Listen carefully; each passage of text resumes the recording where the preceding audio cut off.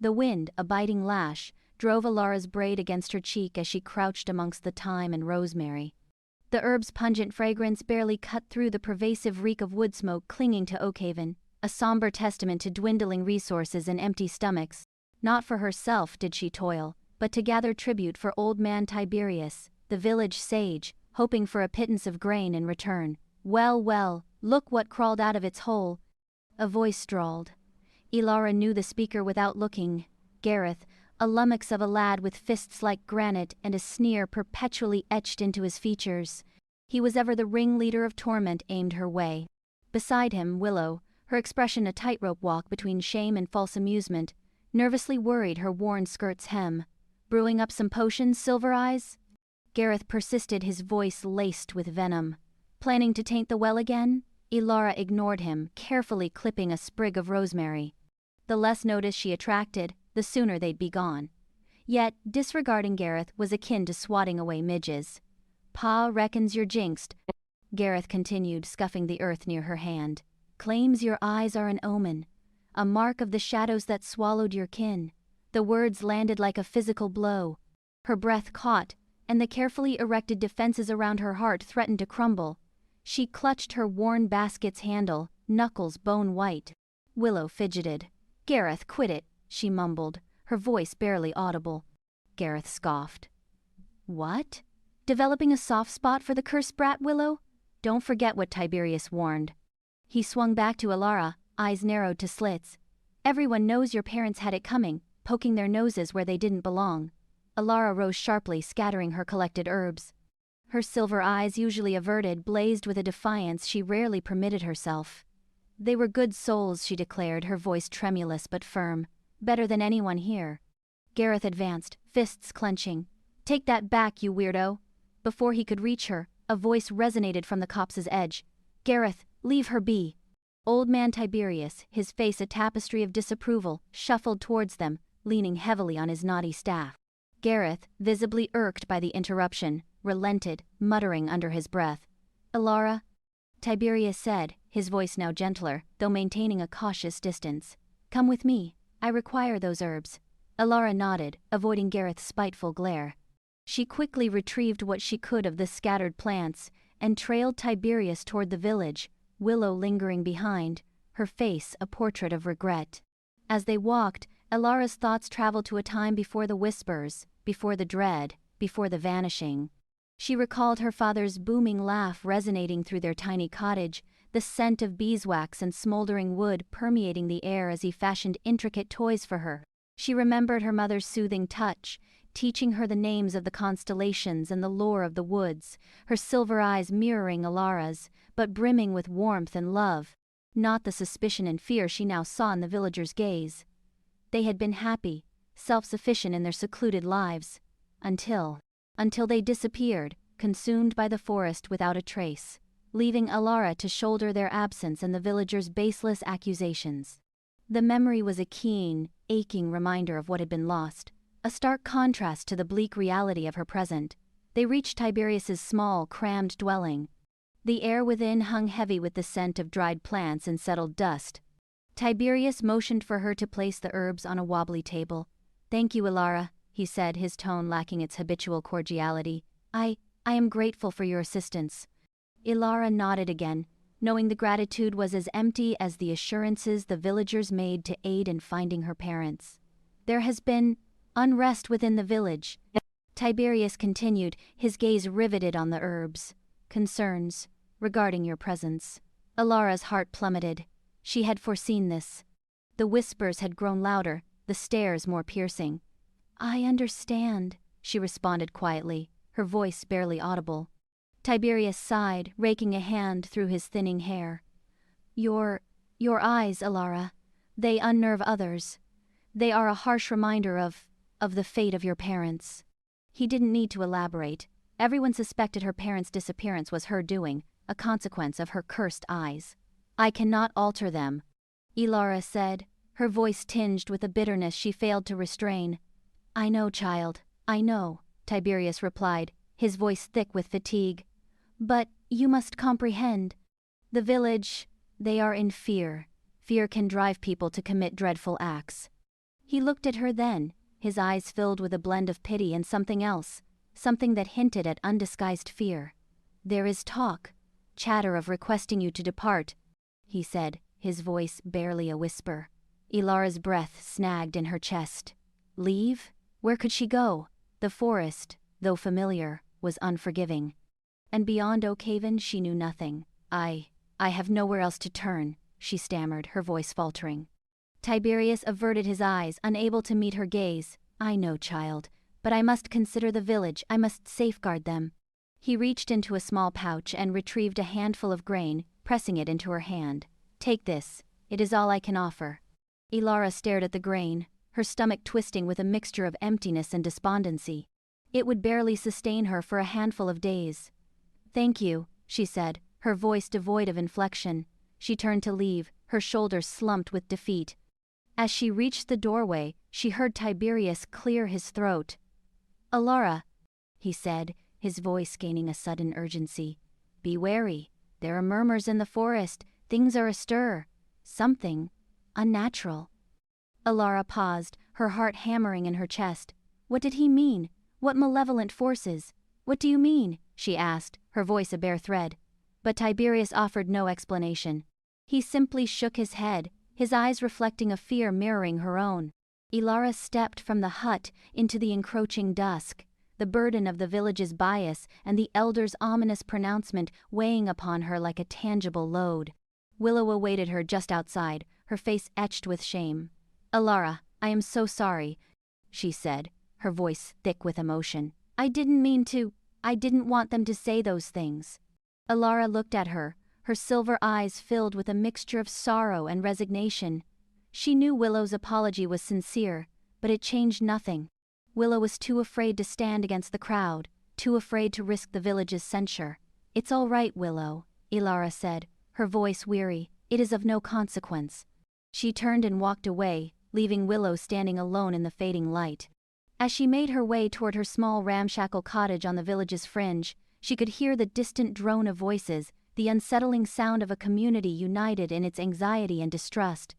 Later that night, as the moon painted long, skeletal shadows across the forest floor, Ilara sat by the fading embers of her hearth, the meager handful of grain clutched tightly in her hand. The wind howled outside, rattling the cottage's windows and whispering secrets she couldn't decipher. She thought of her parents, of their affection and their laughter, of the cherished memories now tainted by the villagers' accusations and the mystery of their demise. She thought about Tiberius's warning, about the unnatural entities stirring in the forest, and she knew, with a bone-chilling certainty, that her life in Oakhaven was drawing to a close. Whether she was forced to flee or something far more sinister awaited her, she didn't know. But she knew that the forest, the very forest that had claimed her parents, was now calling to her, beckoning her toward an uncertain future. And for the first time in what felt like an eternity, Ilara felt a flicker of something other than dread. It was a spark of defiance, a glimmer of possibility that perhaps, just perhaps, she could uncover answers in the shadows. Answers that would finally reveal the truth about her parents and the meaning of her silver eyes. Banished! Heavy raindrops smacked Ilara's palm, jolting her. Driven by Tiberius's grim warning and a persistent hunger that gnawed at her insides, she'd strayed deeper into the whisperwood than prudence dictated. The miserly ration he'd provided was dwindling fast. Sustenance had to be found, and quickly. The morning had been heavy with a preternatural calm, a suffocating closeness that presaged a downpour. Now, the threat was materializing. A curse escaped Ilara's lips. She was on the cusp of reaching a cluster of glowroot, prized for its healing properties, a valuable trade commodity. But the impending tempest threatened to obliterate them, turning the forest floor into a treacherous quagmire. She began to excavate with growing desperation, her fingers coated in slick earth. The wind escalated, thrashing her hair against her face, the icy rain needling her skin. A deep, guttural rumble of thunder reverberated through the trees, closer, more threatening now. She managed to wrest a few handfuls of the luminescent roots from the soil, their faint radiance barely visible against the encroaching gloom, when a searing flash of lightning ripped across the heavens, followed by a deafening report that seemed to fracture the very bedrock beneath her. Ilara recoiled, scattering some of her prize.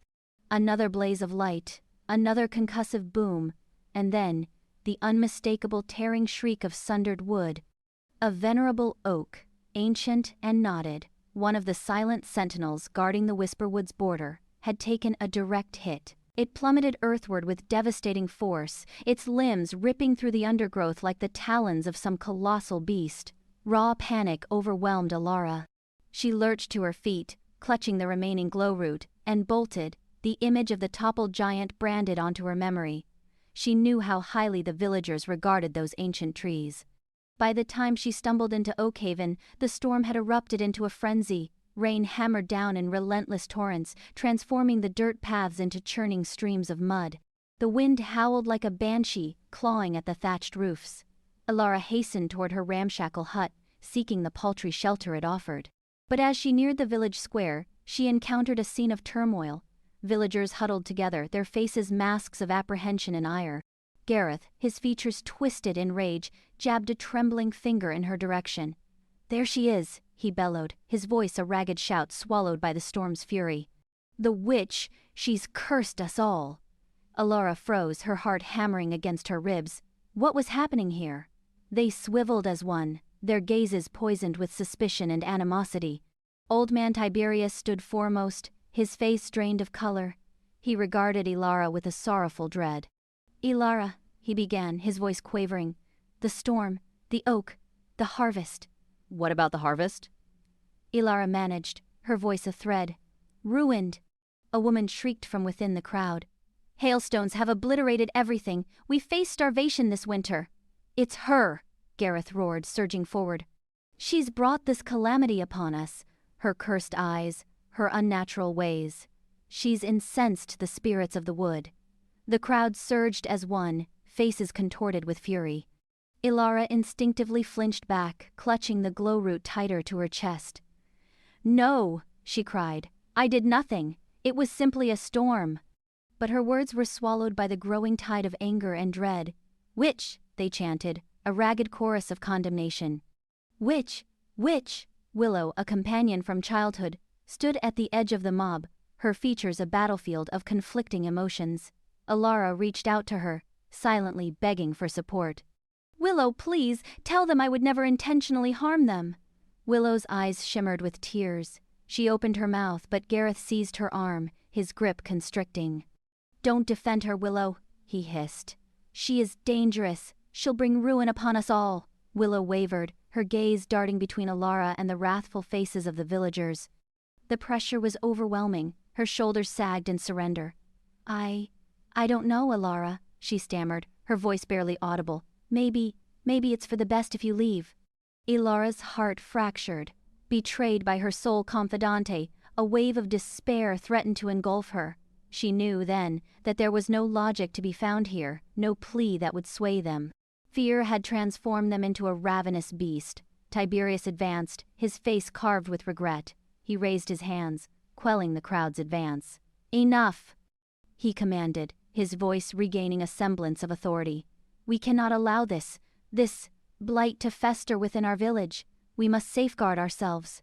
He fixed Ilara with a gaze of sorrowful resignation.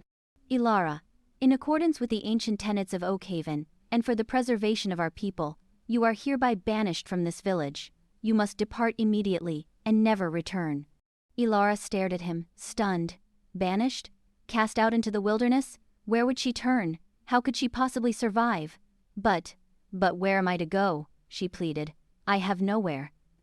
"That is no longer our concern," Tiberius retorted, his voice devoid of warmth. "You have until sunrise to vacate Oakhaven. Should you remain beyond that hour, we shall take matters into our own hands." He turned away, signaling the dispersal of the villagers. The throng slowly dissolved, their faces a somber tapestry of relief and remorse. Gareth shot Ilara a venomous glare, his eyes gleaming with triumph. Willow edged toward Ilara, her face stained with tears. "Ilara, I am so deeply sorry," she whispered, her voice thick with emotion. "I never wanted this." Ilara met her gaze, her eyes brimming with hurt and disillusionment. "I believed we were friends, Willow," she said softly. Willow reached to touch her arm, but Ilara recoiled. "Don't," she said, her voice trembling. Just leave me be." Willow's features crumpled, she spun and fled, melting back into the crowd. Ilara remained alone in the deluge, the glow root clutched tightly within her grasp. Banished, abandoned, she possessed nothing. As the villagers sought refuge in their homes from the tempest's wrath, Ilara stumbled back towards her shack, the burden of her solitude crushing her spirit. She knew she could not linger. She had to leave, to venture into the unknown, to confront whatever perils lay ahead.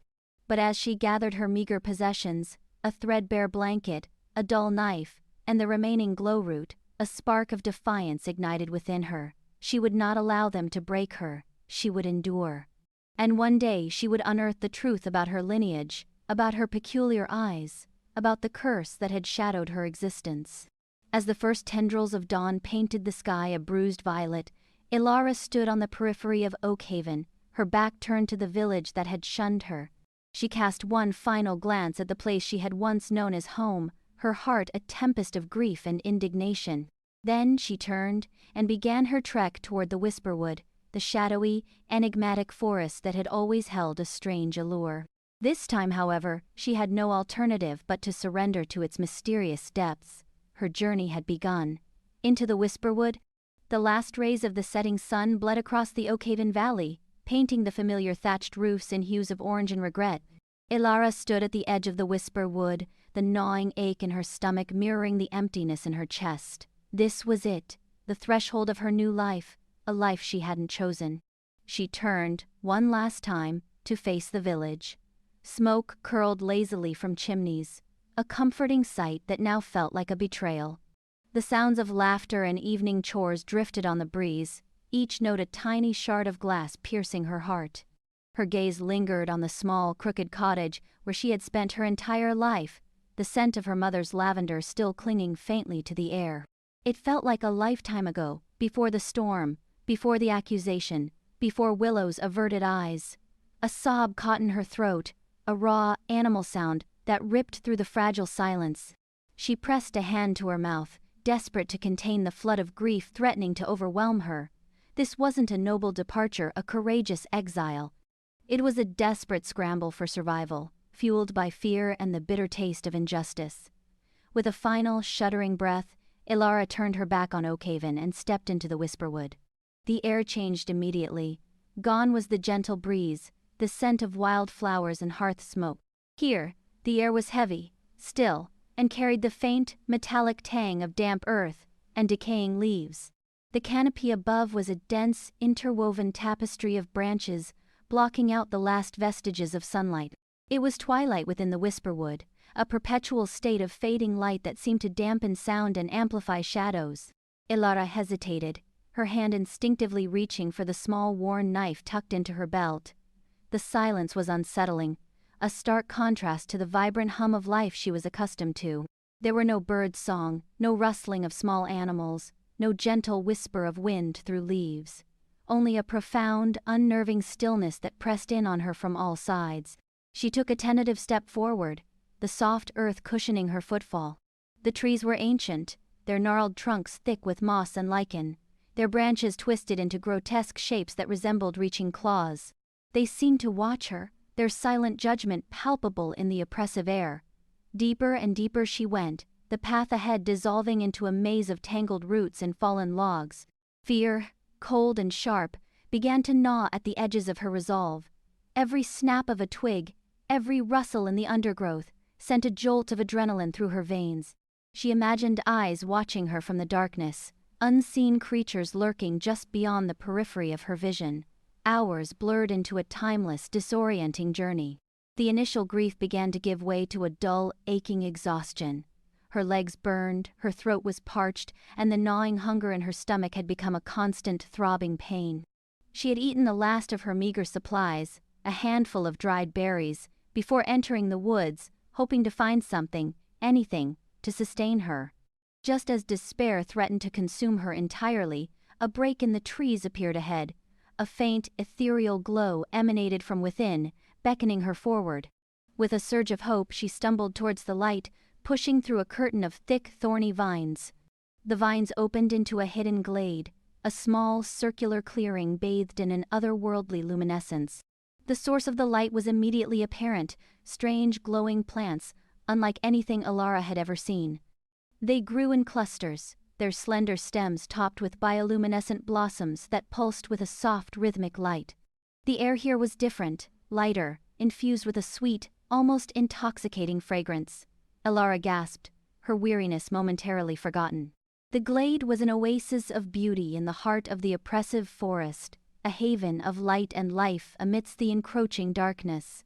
She stepped into the clearing, her eyes wide with wonder. The glowing plants were of varying sizes and colors. Some were a deep, vibrant blue, their blossoms shaped like delicate bells.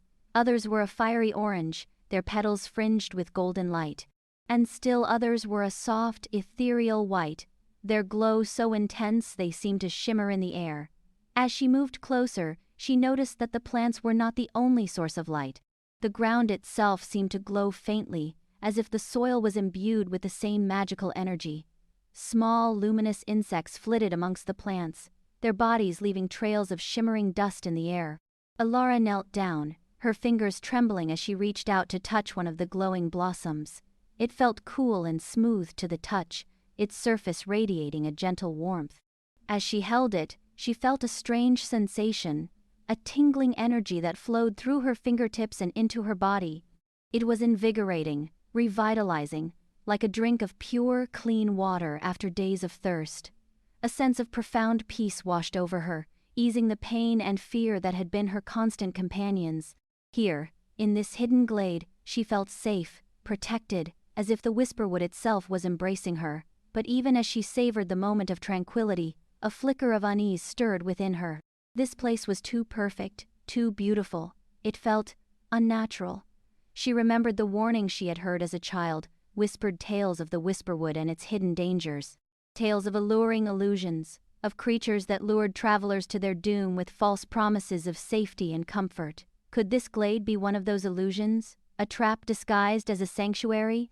She looked around the clearing, her eyes scanning the shadows that lurked at the edges of the light. The silence was still profound, but now it felt different, heavier, laden with an unspoken threat. The air, once sweet and intoxicating, now carried a faint metallic tang, a reminder of the decaying leaves and damp earth that lay beneath the surface. The glow of the plant seemed to intensify, their light pulsing with a faster, more frantic rhythm. She could almost hear a whisper, a faint ethereal voice that seemed to emanate from the plants themselves. It spoke her name, or at least, she thought it did. It was difficult to be sure, the sound was so faint, so elusive. Alara? She stood up, her heart pounding in her chest. The sense of peace had vanished, replaced by a growing sense of dread. This place was not a sanctuary. It was something else, something ancient and powerful, something that was watching her, waiting for her. She had to leave, now. With a sudden burst of energy she turned and fled, pushing through the thorny vines and back into the darkness of the whisperwood.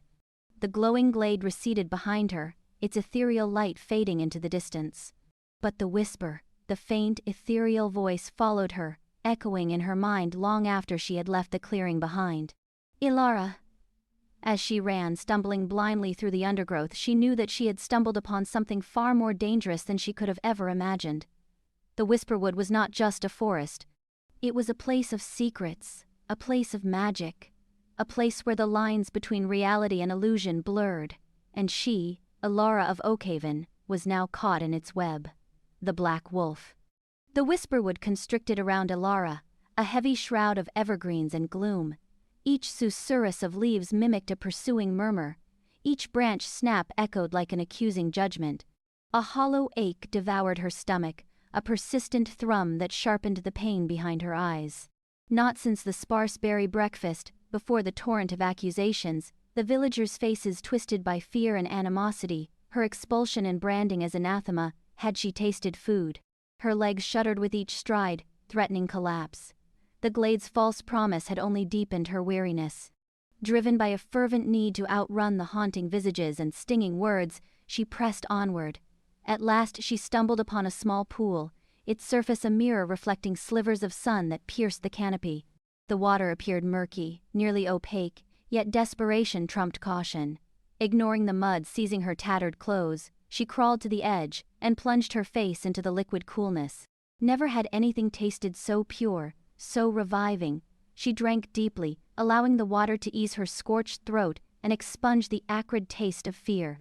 The perpetual hunger waned for a moment, displaced by a fragile spark of hope.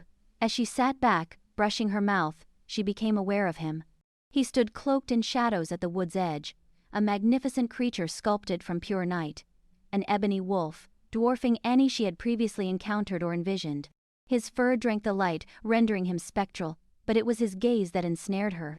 Eyes of startling, keen cerulean, like fragments of glacial ice, seemed to penetrate her, bypassing fear and exhaustion, delving into her very core. He offered no snarl, no growl. He simply observed, his focus unwavering. Alara froze, every muscle coiled, poised for flight at the merest hint of threat, but he remained motionless, a silent guardian in the deepening twilight. She recalled tales, of course. Whispers of wolves within the Whisperwood, some painted as protectors, others as relentless predators. She had dismissed them as mere fables to frighten children. However, confronting this regal, enigmatic creature, a primal fear seized her, a deeply ingrained intuition that she stood before something ancient and immensely powerful. She rose slowly, her legs protesting with sharp needles of discomfort. Her eyes remained riveted on the wolf, prepared to bolt at the smallest provocation. I mean no harm, she stammered, her voice shaky. I only needed water. No reaction. He remained utterly still, his cerulean gaze fixed upon hers. Ilara retreated a step, then another. She sought to avoid provoking him, giving him any cause to strike. Such a beast could easily overpower her, but as she moved, a wave of giddiness overwhelmed her. Her vision swam and the forest floor seemed to pitch beneath her. The hunger, the weariness, the terror, it was all consuming. She reached out, seeking a tree trunk for support, but her fingers grasped only air. She faltered, her knees giving way, and she crumpled to the earth. As she lay gasping, she saw the wolf stir, not to attack. He merely stepped from the shadows into the scattered sunlight. He was even more immense than she realized, his powerful frame radiating both strength and elegance. He approached deliberately, carefully, his cerulean eyes never wavering from hers. Ilara strained to rise, to escape, but her strength was depleted.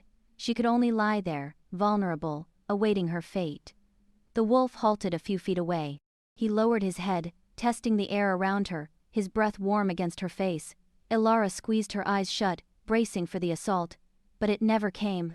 Instead, a curious tranquility washed through her. The fear clutching her heart loosened, giving way to a sensation of serenity? It defied logic. Terror should grip her, yet she felt strangely soothed. She opened her eyes to find the wolf regarding her, his cerulean gaze holding an expression she couldn't decipher. Neither aggression nor hunger nor simple curiosity resided there, something deeper. An understanding? She lost track of time, staring into the wolf's eyes. Reality compressed to the creature before her, the inexplicable peace enveloping her, and the encroaching night painting the wood in hues of violet and charcoal. Ultimately, fatigue conquered her. Her eyelids grew heavy, and she surrendered to the embrace of sleep. As she slipped into unconsciousness, she retained a fleeting sense of the wolf gently nudging her with his muzzle, as if to offer reassurance. Then darkness claimed her. When Alara awoke, sunlight streamed through the branches. She lay upon a bed of soft moss, the air infused with the aroma of pine and damp soil. She felt improved. Not healed, but stronger than she had in days. The persistent hunger remained, yet diminished, less demanding. She sat up slowly, wincing at the ache in her muscles. Surveying her surroundings, she realized she remained near the pool, but no longer alone. The ebony wolf sat a short distance away, observing her with those keen cerulean eyes. He was alert, yet relaxed, as if he had stood guard throughout the night. Gazing at him, she noticed others. Lurking behind him, partially concealed by shadows, stood two more wolves. One, clad in gray, possessed eyes the color of amber. The other, light brown, nearly gold, bore green eyes. Both were smaller than the black wolf, yet larger than any wolf encountered in Oakhaven. A pack, and they watched her. A jolt of fear coursed through Ilara, but the memory of the serenity preceding sleep swiftly suppressed it. She recalled the wolf's gentle nudge, the strange comprehension within his gaze. She drew a deep breath, seeking to calm her racing pulse. She understood her peril, that these wolves could easily end her life if they desired, yet something cautioned that they would not. Something signaled their difference. Slowly she rose, never breaking eye contact with the black wolf. Uncertain what to do or say, she realized she was utterly at his mercy. "Thank you," she managed, her voice still raspy. For not harming me." The wolf remained silent. He simply continued to observe her, his cerulean gaze unwavering. Alara waited, her heart hammering in her chest, unsure of the next event. She had no explanation for her spared life, but she knew she lived, and for the present she was shielded. The wolf inclined his head slightly, as if weighing her words. Then he turned and moved towards the trees, the two other wolves following closely. Pausing at the edge of the shadows, he glanced back at Alara once more before vanishing into the forest. Alara remained motionless, watching them depart, her mind reeling. What significance did it hold? Why had they spared her? What did they desire?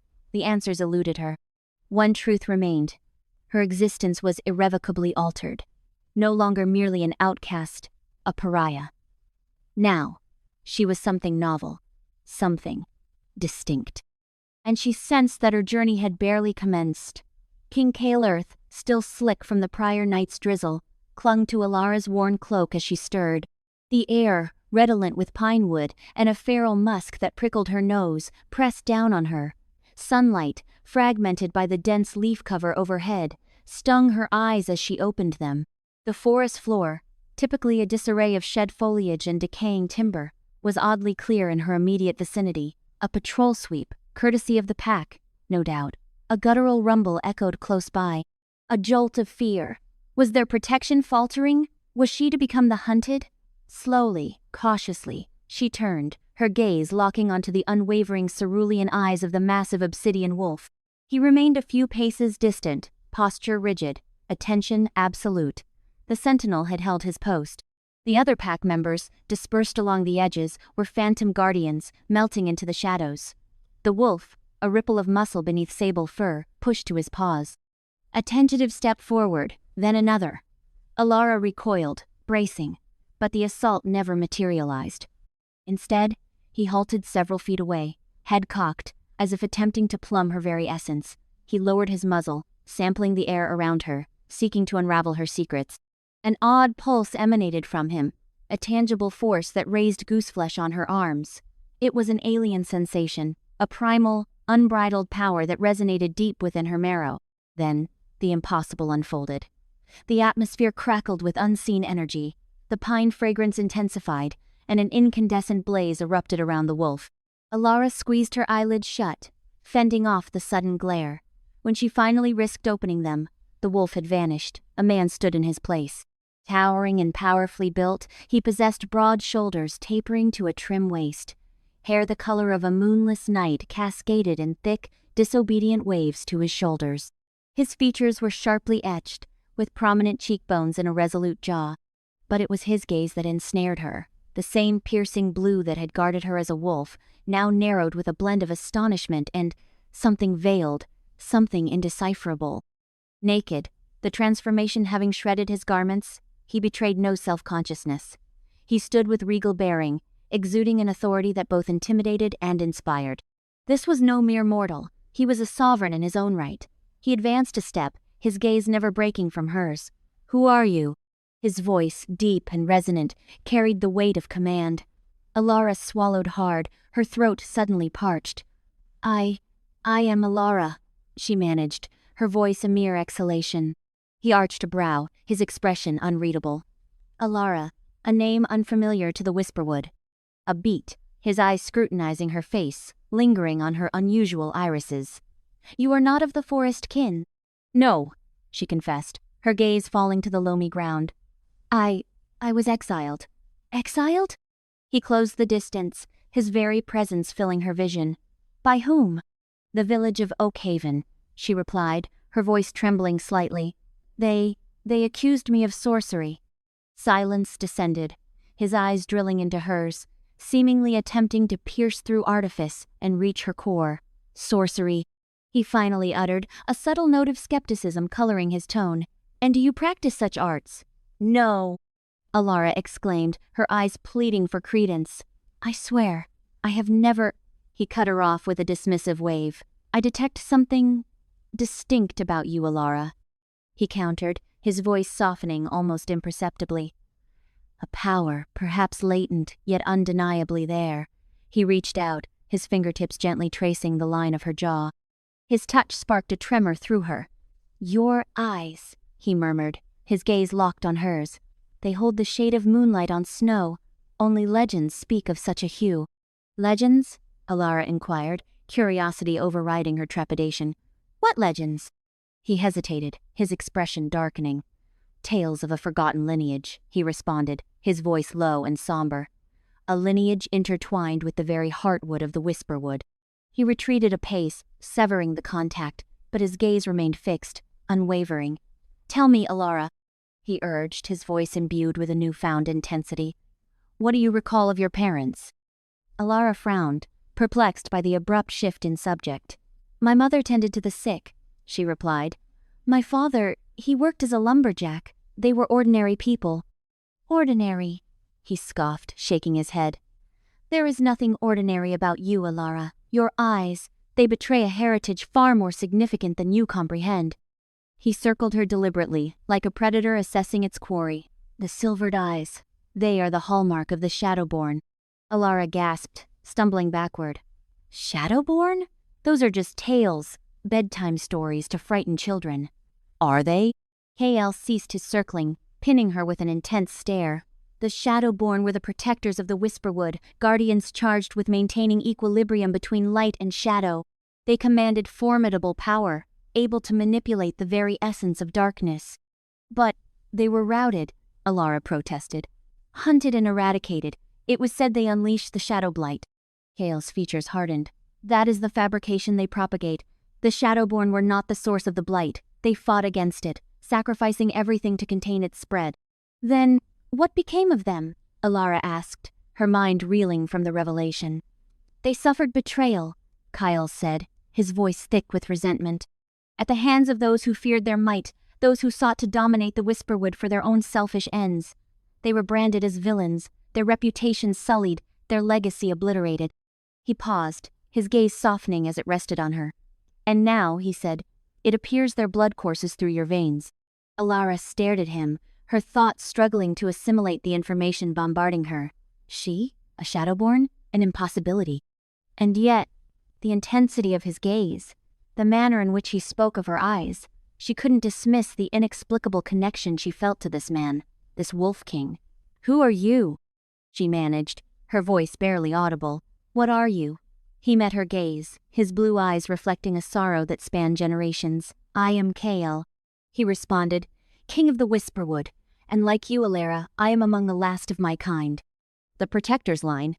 Deep lines etched themselves into Kael's forehead above eyes, the clear blue of a summer sky. "Oakhaven cast you out? On what grounds?" Alara winced, the jeering faces of the villagers surfacing, the brand searing her flesh like a new injury. Clutching herself, she tried to conjure warmth against a chill that went deeper than skin. "Witchcraft," she breathed, the word a shard of glass in her mouth. "They blamed my eyes, for misfortune." Kael's focus sharpened, fixing on her. "Eyes like polished silver are not a hex, Alara, but a badge." "A badge of what?" she whispered, hope, tentative as a fledgling stirring within her. Could there be justification for the ostracism, the whispers, the dread? "Of the Guardians," Kael proclaimed, his tone carrying the weight of ages. "The Shadowborn, who watched over the Whisperwood for centuries, before fear took hold, before the festering shadow blight." Confusion clouded Alara's features. "I don't understand. Mother never breathed a word of any Guardians." "Time conceals uncomfortable truths," Kael murmured, a shadow of sorrow dimming his gaze. The Guardians faded into legend, their blood thinned, their purpose warped by terror and ignorance. "But ancestry whispers, Alara. It resonates in your very core, as it does in mine." He swept a hand toward the arboreal giants, their branches intertwined like skeletal fingers against the fading light. "This forest, it's more than timber and beasts. It's a threshold, a crossroads where realities converge. where the barrier weakens. The Guardians were entrusted with protecting this juncture, maintaining equilibrium between worlds. A crossroads? Ilara echoed, her thoughts in turmoil. She had always felt an inexplicable pull toward this wood, a bond both alluring and frightening. Could this be the explanation? Aye, Kael affirmed. To realms beyond imagining, some pulse with beauty, vibrant life, and potent magic. Others are best left undisturbed. The Guardians stood as a bulwark, halting the encroachment of darkness. He paused, his expression hardening. But their ranks dwindled, their wisdom eroded, and fear enabled the blight to sink its roots. Alara's pulse quickened. She'd heard grim tales of the blight, a creeping corruption that poisoned the land, twisting creatures into horrific mockeries. Villagers spoke of it in fearful murmurs, indicting the Whisperwood, the arcane power they believed resided within. The blight, is it tied to this threshold? She asked, her voice trembling slightly. It's a manifestation of imbalance, Kael elucidated. A consequence of neglecting the crossroads, of allowing malignancy to fester unchecked. The Guardians maintain stability, but with their decline, the darkness has burgeoned. He closed the distance between them, his gaze burning with an intensity that stole her breath. Your forebears, Alara, were the bastion against that creeping blackness. They possessed the gift to perceive shifts in the veil, to mold the Whisperwood's energies, to rejuvenate the land and repel the horrors that sought to exploit the gateway. But I can't do any of that, Alara countered, desperation coloring her tone. I'm just Alara, a silver-eyed pariah who can't even coax a flame without scorching herself. A ghost of a smile touched Kael's lips. The strength sleeps within you, Alara. It requires awakening, cultivation. You have only just arrived. Your potential remains untapped. He extended a hand, hovering just above hers. His touch, when it came, was surprisingly delicate, a jolt of raw energy coursing through her, an alien yet strangely familiar sensation, like rediscovering a forgotten home. The Guardian blood runs deep within you. Kael affirmed, his voice gentle yet resolute. I can feel it, and I believe, Alara, that you hold the key to restoring balance, to repelling the blight, to securing this crossroads. Alara gaped at him, her mind struggling to reconcile with the magnitude of his revelation. She, an outcast, a supposed sorceress, was now being told she was descended from guardians of a magical gateway, that she possessed latent abilities. It was overwhelming. But why me? She asked, her voice barely audible. Why now? Why not someone else? A softer light entered Kael's eyes. Because, Alara, fate often favors the improbable. Because the whisper would beckon to you, as it once beckoned to me, generations ago. Because you possess the eyes of a guardian, eyes that perceive beyond the mundane, eyes that can penetrate the shadows. He withdrew his hand, giving her space to absorb his words. The forest seemed to pause, awaiting her response. The wind whispered through the leaves, murmuring secrets in a tongue she only partially understood. Tell me more about these guardians, she requested, her voice gaining conviction. Tell me of their powers, their heritage, their communion with the Whisperwood. Kael nodded, a spark of hope igniting in his eyes. Come, he invited, gesturing toward a faint path snaking deeper into the woods. There is much to impart, and little time to spare. The blight tightens its grip with each passing day, and the gateway, its defenses, are weakening. Alara hesitated for a heartbeat, casting a glance back toward the edge of the Whisperwood, toward the village that had banished her. Then, turning, she followed Kael into the encroaching darkness, her silvery gaze shimmering with newfound resolve. The path ahead promised peril, she knew, but for the first time in her life, Alara felt a sense of purpose, a sense of belonging, no longer merely an outcast. A scion of the Guardians, and the destiny of the Whisperwood, perhaps the world, now rested in her hands. As they moved forward, Kael began to spin a yarn of primeval magic and obscured lore. He recounted the origins of the first protectors, individuals who had nurtured a union with the Whisperwood, mastering its potency to fight against the encroaching dark.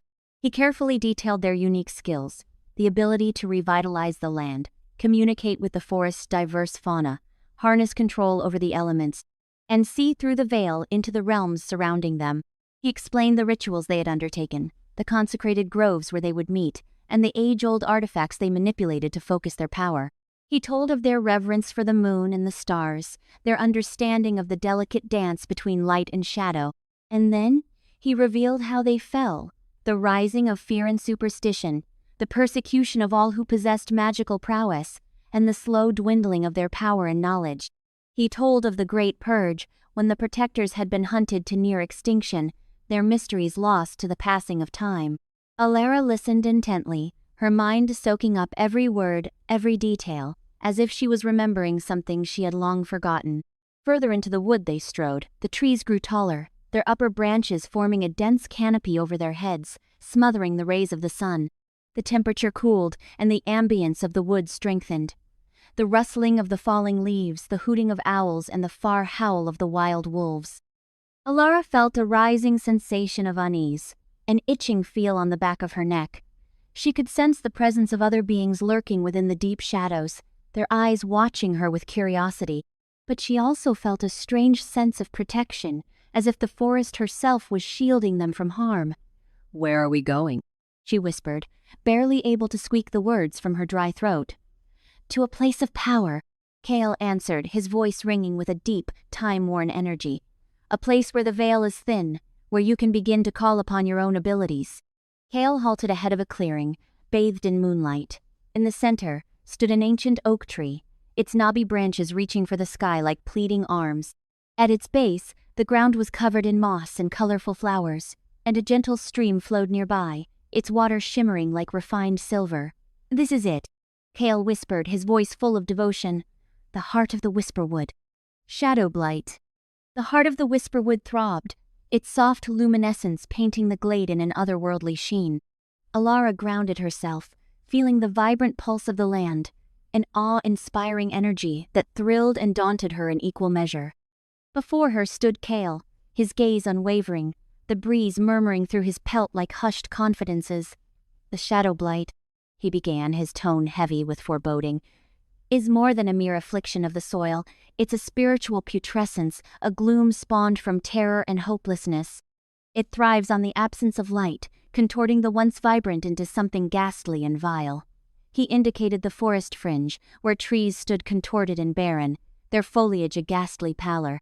It began insidiously, a creeping enervation. Creatures turned savage. Flora refused to yield.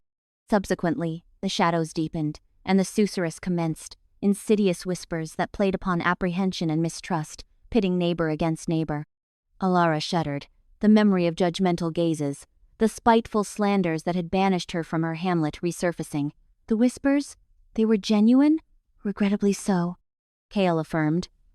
The blight magnifies the latent darkness within hearts, fanning the embers of bias, transforming suspicion into animosity, and animosity into brutality. It devoured your village long before it festered upon the terrain. He advanced, his silvery irises reflecting the heartwood's glow. The land languishes, Alara. The blight spreads like a suffocating vine, draining the vitality from all it touches. The waterways are tainted, the woodlands wither, and their denizens are warped into monstrous travesties of their former selves. "We've already forfeited so much, and soon—" His voice trailed off, the unspoken conclusion hanging ominously. "Soon, there will be nothing salvageable." Alara finished, her voice a mere exhalation. The weight of his disclosure bore down on her, a stifling cloak of despair. Kale nodded gravely. "Yet, hope endures, hope persists, even with the feeblest ember." He redirected his gaze towards the heartwood, his expression softening. For cycles, the Guardians have maintained vigilance, preserving the delicate equilibrium between light and shadow. "We knew the blight would inevitably return, as darkness invariably endeavors to reclaim what it has relinquished." "Guardians?" Alara inquired, bewildered. "But you said they had vanished." "Lost, scattered, but not wholly extinguished," Kale amended. "Their lineage persists, often unknowingly, and occasionally a spark flares, a testament to the ancient power awakening once more." He turned to face her squarely, his eyes blazing with an intensity that quickened her pulse. A prophecy was envisioned, passed down through Guardian lineages. A prophecy of a silver-eyed champion, destined to arise when the shadow blight threatened to engulf the land. Alara gaped, her mind spinning. Silver-eyed champion? Destiny? It resembled a fantastical narrative, plucked from the pages of forgotten lore. not her reality, not the existence of a girl branded a sorceress and exiled into the wilds. The silver eyes, Kyle continued, his voice resonating with the Heartwood's potency, are not a malediction, Alara. They are a boon, a key to unlocking the primeval power dormant within you. The power to rejuvenate the land, to expunge the corruption, to confront the darkness, and reinstate balance. He extended a paw, gently touching her forearm. You descend from the Guardians, Alara. Their protective essence flows within you, and you with your argent eyes are the one we have anticipated. The revelation struck her like a physical blow. She recoiled, her breath seizing in her throat. No, she gasped, shaking her head. No, this cannot be factual. I am not a champion. I'm simply Alara, the girl they denounced as a witch. That is the perception they instilled within you, Kale responded gently. But it does not define you. Strength resides within you, Alara, strength yet to be unveiled. The Guardians were not combatants or sorcerers, not in the conventional sense. They served as conduits, channels for the land's own vigor. They comprehended the interconnectedness of all things, the fragile harmony that sustains existence. And they willingly sacrificed everything to safeguard it. He approached, his gaze probing hers. You have witnessed the darkness, Alara. You have felt its sting. You understand its capabilities. Can you passively observe as it devours everything you cherish? Her mind raced, endeavoring to reconcile the image of herself as a potent protector with the actuality of her life, the dread and isolation that had long characterized her existence. She recalled her grandmother's kindness, the tales she had recounted of bygone customs, the echoes of enchantment that had lingered in the atmosphere around her. Could it be plausible? Could there be validity in the ancient sagas? I don't know, she stammered, her voice faltering. I don't know if I am capable of this.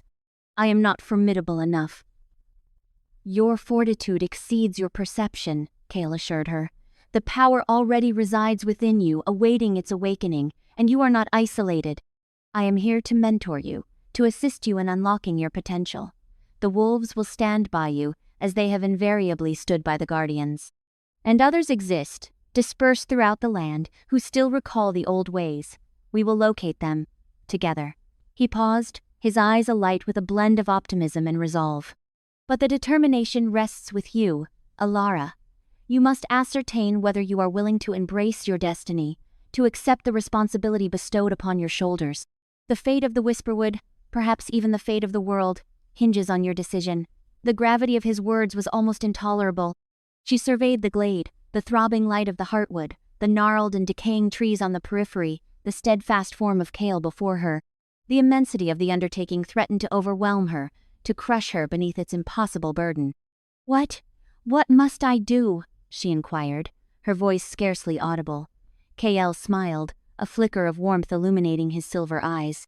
"Firstly, you must cultivate self-trust, to have faith in the power that dwells within you. Subsequently, you must learn to govern it, to channel it, to employ it for healing and defense. And lastly, you must confront the darkness, to confront the shadow blight and all its horrors, and to expunge it from this land indefinitely." He stepped back, gesturing towards the hardwood. "The initial step is to connect with the source, to perceive the land's energy coursing through you. Close your eyes, Alara, and heed. Heed the rustling of the wind, the sighing of the earth, the heartbeat of the Whisperwood. Allow it to guide you, allow it to illuminate your path." Alara hesitated momentarily, then sealed her eyes shut. The forest sounds intensified, swirling about her, engulfing her senses. She could discern the cool earth beneath her bare feet, the gentle caress of the breeze upon her skin, the heartwood's warmth radiating outwards. She directed her attention inward, endeavoring to subdue the tumult in her mind, to quell the qualms and anxieties that threatened to consume her. She envisioned roots sprouting from her feet, anchoring her to the earth, drawing strength from the primeval soil. She envisioned branches extending from her arms, reaching towards the heavens, absorbing the energy of the sun and the moon. Gradually, tentatively, she commenced to perceive it, a faint prickling sensation, a subtle resonance that vibrated deep within her core.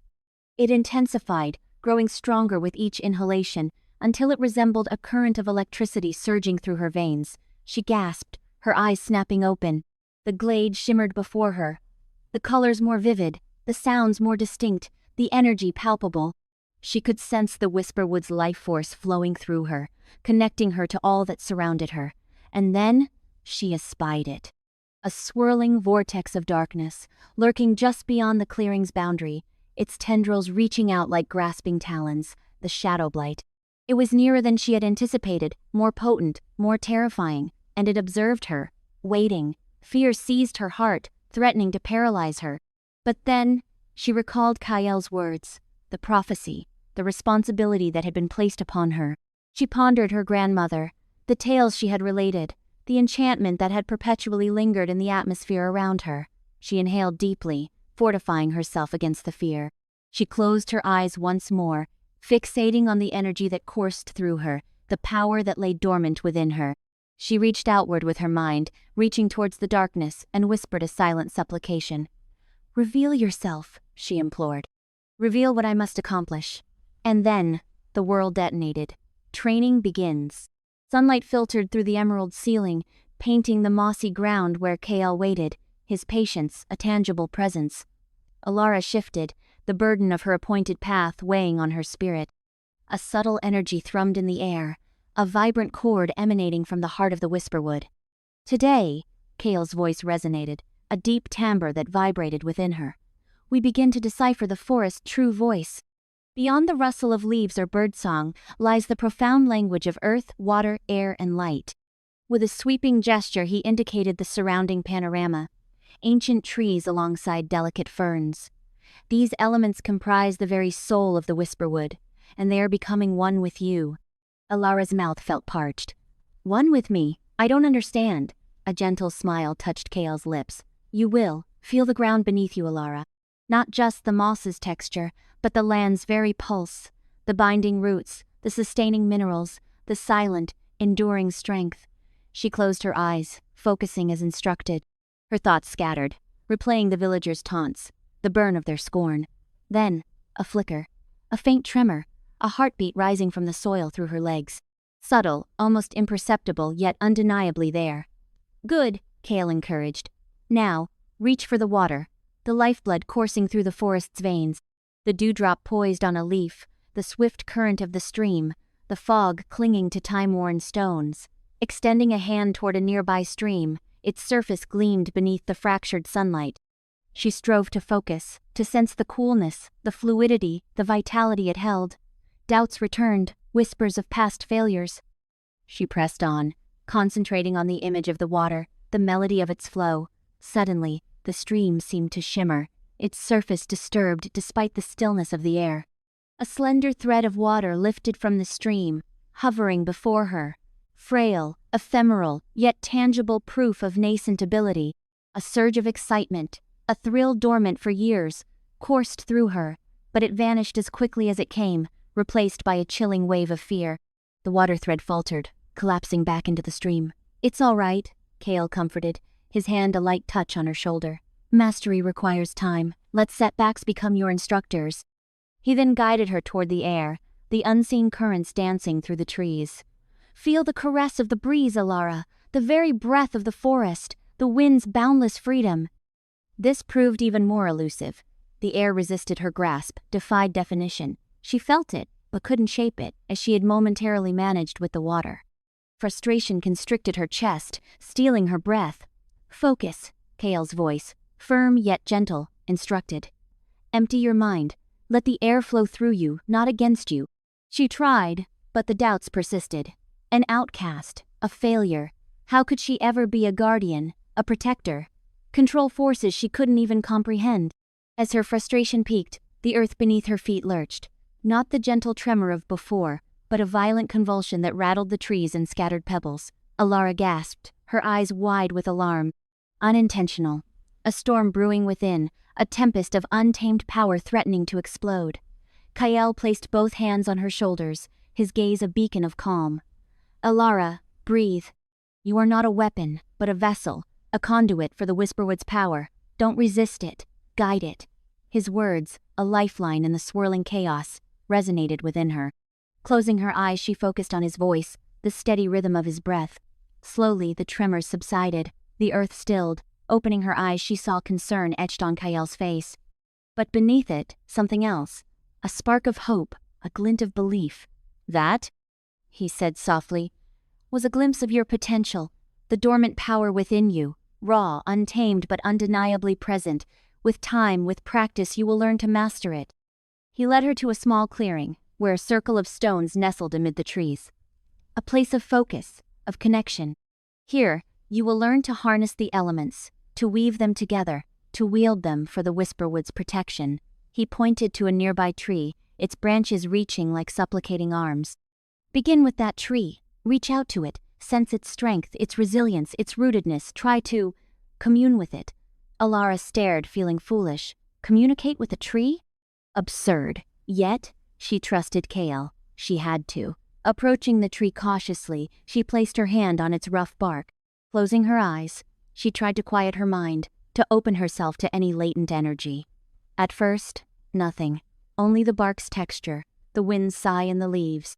Then, a faint sensation, a subtle vibration, rippled through her hand and up her arm. A low hum, the tree's song.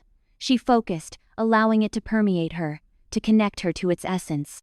Its age, its wisdom, its deep connection to the earth, its joy in the sunlight, its sorrow in the storms, and then something else.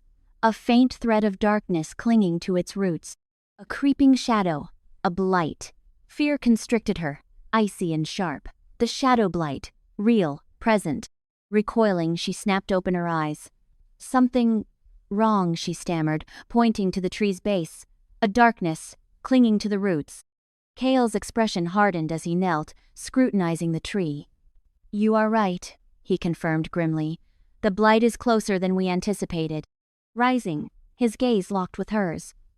"This changes everything, Alara. We must accelerate your training. The Whisperwood is imperiled, and you are its sole hope." Alara gazed at the tree, the faint shadow lurking at its base. The weight of destiny pressed down, heavier than before. Fear threatened to paralyze her. But then, she recalled the tree's resilient strength, and Kale's words, "You are not a weapon, but a vessel." Taking a deep breath, she squared her shoulders. Unsure if she was ready or strong enough, but knowing she couldn't run, couldn't hide. The Whisperwood needed her, and she wouldn't fail it. "What do I do?" she asked, her voice trembling slightly but firm. "How do I fight it?" Kale placed his hand on her shoulder, his eyes filled with quiet resolve. "You will learn, Alara. You will learn to wield your powers, to command the elements, to dispel the darkness. Together, we will save the Whisperwood." The training intensified. Days blurred into weeks as Kale pushed Alara to her limits, challenging her to master the elements, to conquer her fear, to embrace her path. She stumbled, she faltered, she doubted. Yet, she persevered. She learned to summon wind gusts, to erect earthen walls, to conjure sparks of light. She learned to heal wounded plants, to calm troubled spirits, to sense the forest's energetic flow. Slowly, gradually, she began to believe. In herself, in her abilities, in her potential to save the Whisperwood. But the shadow blight spread, its tendrils sinking deeper, corrupting all they touched. The stakes escalated, and Alara knew that time dwindled. She had to be ready. Strong enough, the prejudice endured, the isolation suffered, had all been preparation. Now, she had a place to belong and a purpose to embrace. One evening, as sunset cast long shadows across the clearing, Kale approached, his expression somber. "Tomorrow," he announced, "we confront the blight. First, attack." The dawn bled across the sky in shades of violet and jaundiced yellow, mirroring the disquiet that gnawed at Alara.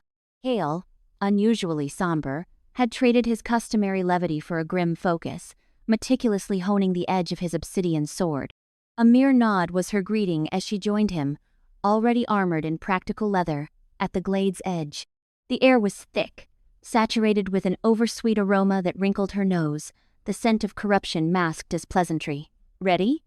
Kale's voice was a flat monotone. Alara swallowed, her throat suddenly dry. Ready? Hardly. Petrified? Utterly.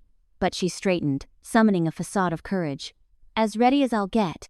They moved with haste into the woods, Kale leading with an almost preternatural swiftness. The Whisperwood, typically alive with rustling foliage and unseen creatures' songs, was unnervingly hushed. Even the breeze seemed to linger. Alara felt an itching on her skin, the sensation of unseen eyes watching, stalking. She clutched the simple wooden staff Kale had crafted, its smooth surface a tangible anchor in her rising dread. They arrived at a narrow gorge, a rent in the earth choked with tangled roots and grasping vines. Kale halted abruptly, his hand raised. No further on foot, the blight's influence peaks here. His silver eyes, narrowed in concentration, swept the ravine. Brace yourself for anything. Alara's pulse hammered in her chest. Anything. The word was a vast, terrifying horizon. She tried to recall Kale's breathing exercises, but her mind was a chaotic scramble of fear and uncertainty. Failure loomed, her powers untamed. Could she be the downfall of the Whisperwood? A guttural growl shattered the stillness. From the ravine's depths, shadows writhed and cohered, solidifying into monstrous shapes. Vaguely human, they were warped and defiled, their gray flesh stretched taut over bone, their eyes gleaming with malicious delight. Bony spurs protruded from their spines, and wickedly sharp claws tipped their hands. Heat radiated from them, enough to wither the surrounding greenery to brittle husks. Leading the pack was a hulking brute, his muscles bulging, his face frozen in a permanent sneer. A crude, jagged sword, slick with viscous black fluid, filled his massive fist. His aura pulsed with raw power, a wave of palpable malevolence that washed over Alara, shrinking her inside. Grimfang! Kyle spat, his tone steeped in loathing. I should have anticipated this. Grimfang barked a laugh, a sound like granite grinding on granite. Kale, king of the Whisperwood, playing in the Blight's domain? You should have remained hidden within your precious forest. His gaze, icy and cruel, flickered to Alara. And who is this? Another woodland trinket. She carries a unique fragrance. He sniffed theatrically. Intriguing. Without warning, Grimfang roared a command, and the creature surged forward with surprising speed and coordination. KL reacted instantly, drawing his obsidian blade. It pulsed with an inner light, a brilliant defiance against the encroaching darkness. He met the first attacker head-on, a blur of deadly grace. The obsidian sang as it cleaved through air, bone, and sinew. But for each creature KL vanquished, two more filled its place. Alara remained frozen, mind reeling. This was no drill, no theoretical exercise. This was survival. Fear had crippled her. She watched in horror as Kale, despite his prowess, was slowly swallowed by the sheer number of assailants. One broke free from the throng, lunging for her, claws extended, fetid breath washing over her face. Alara flinched, squeezed her eyes shut, braced for impact. But it never came. Instead, a surge of raw, untamed energy erupted from within. Not a practiced spell, nor a learned technique, but pure, desperate instinct. She opened her eyes. Silver light blazed from her, slamming into the creature with tremendous force. It shrieked, flesh blistering, and hurled backwards into the ravine wall with a sickening crunch. The others recoiled, stunned by the sudden eruption. Alara gasped, body trembling, vision blurring. Exhaustion threatened to drown her, but this surge bought them precious time. Kael exploited the opening, his blade a shining whirlwind, dispatching several more with ruthless efficiency. Grimfang watched, eyes narrowed, a flicker of surprise crossing his brutal features. So, the little witch bears her fangs, he snarled. Irrelevant, she won't last. He gestured to his minions. Kill them both! The creatures renewed their attack with heightened ferocity. Alara knew a repeat performance was impossible. She was spent. She needed another way. Clutching her staff, she sought strength in its familiar feel. Kale's words echoed in her mind. Feel the Whisperwood. Let it guide you. Closing her eyes, she focused on the forest, seeking the thrum of life in the trees, the quiet hum in the earth, the breeze whispering in the leaves. She reached out, tentatively seeking connection, a fragile tendril of power flowing from her to the Whisperwood and back. Faint, barely there, but real. Focusing on the attackers, Alara extended her hand, channeling the forest's energy.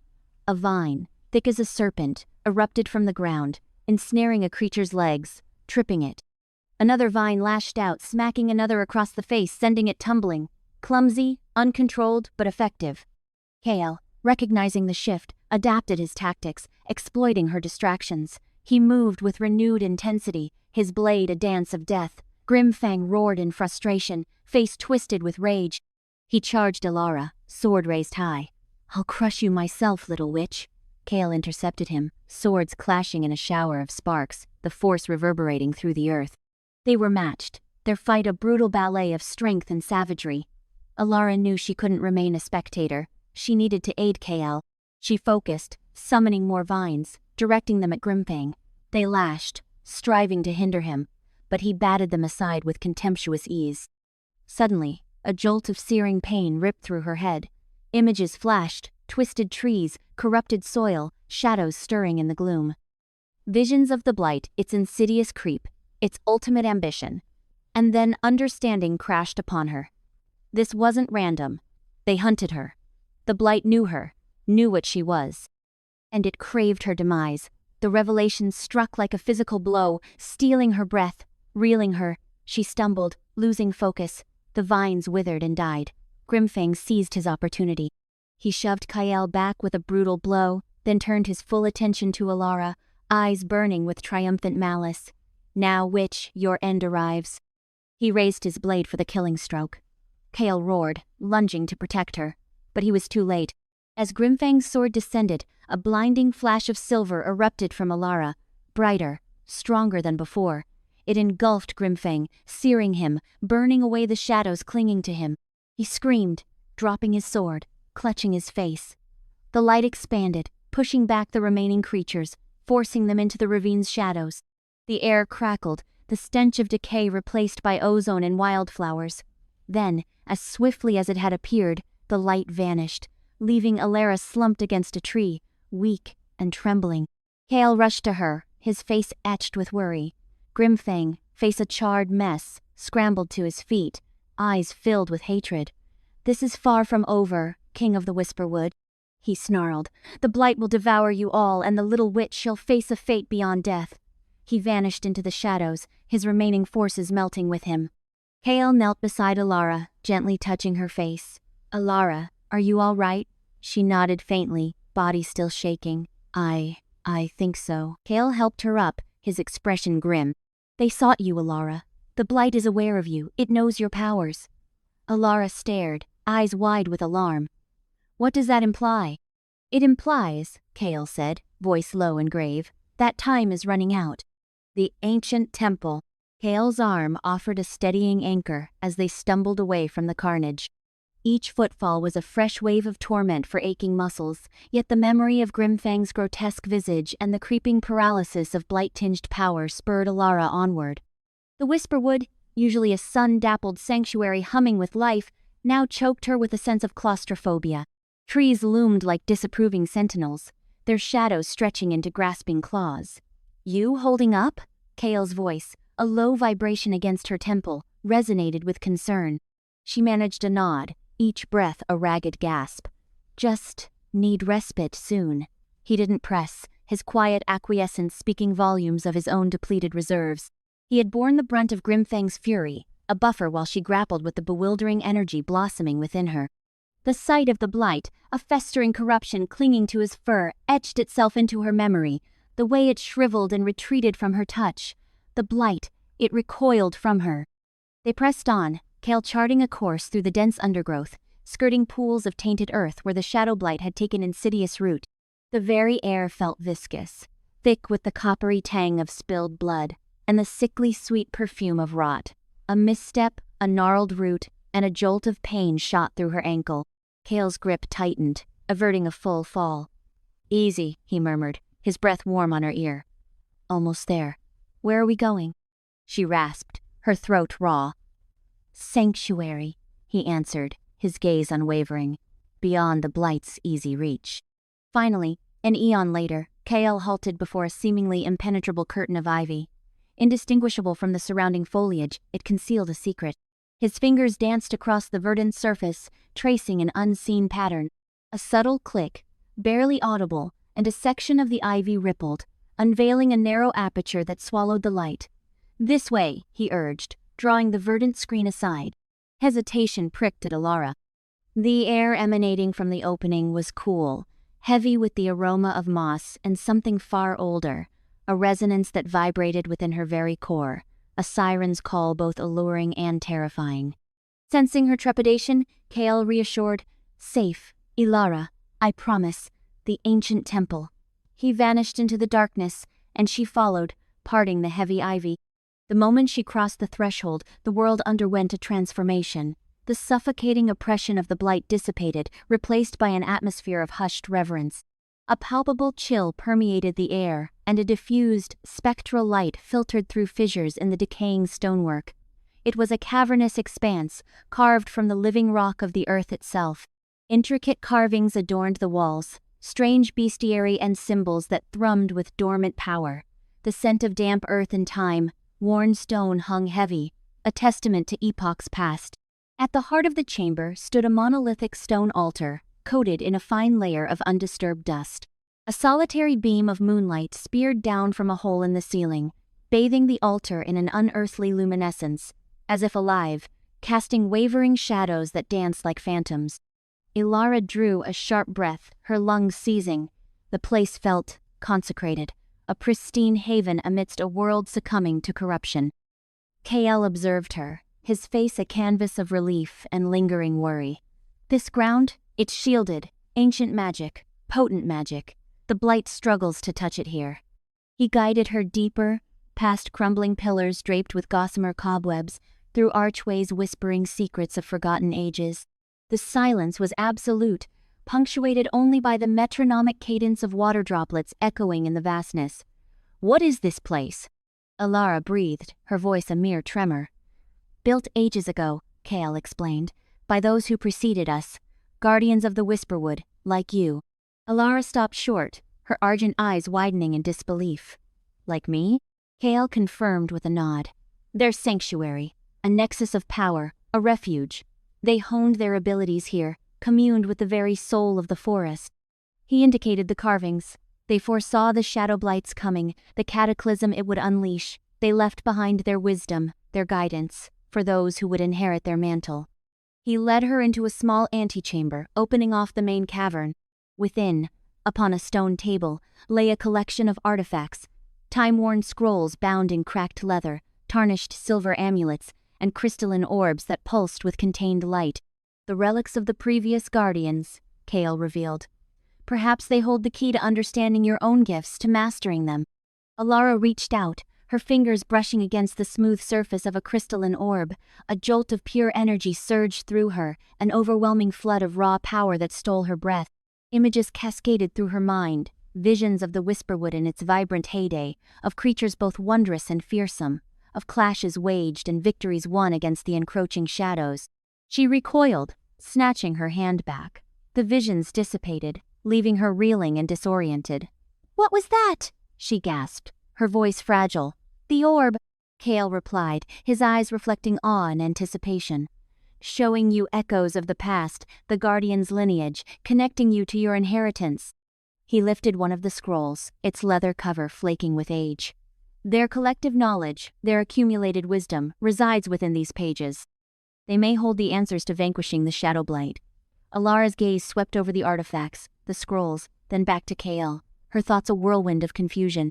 She was but a simple villager, an outcast, branded a witch and driven from her home.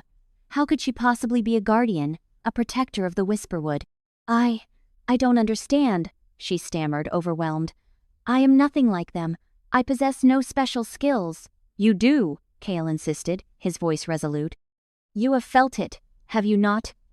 The power slumbering within you, your connection to the forest's essence. Grimfang sensed it too. That is why he hunted you." He closed the distance between them, his eyes locking onto hers. "You are Shadowborn Guardian, Ilara. It courses through your veins, resides within your very soul. It simply requires awakening." He took her hand, his touch sending a warm tremor through her. "This temple, it will serve as a crucible, a guide. You are not alone, Ilara. I am here, and so are the spirits of the guardians who came before." Ilara's eyes roamed the chamber, taking in the ancient artifacts, the walls adorned with carvings that whispered forgotten secrets in the dim light. A flicker of hope ignited within her, a spark of belief in something larger than herself. Perhaps she was not as helpless as she believed.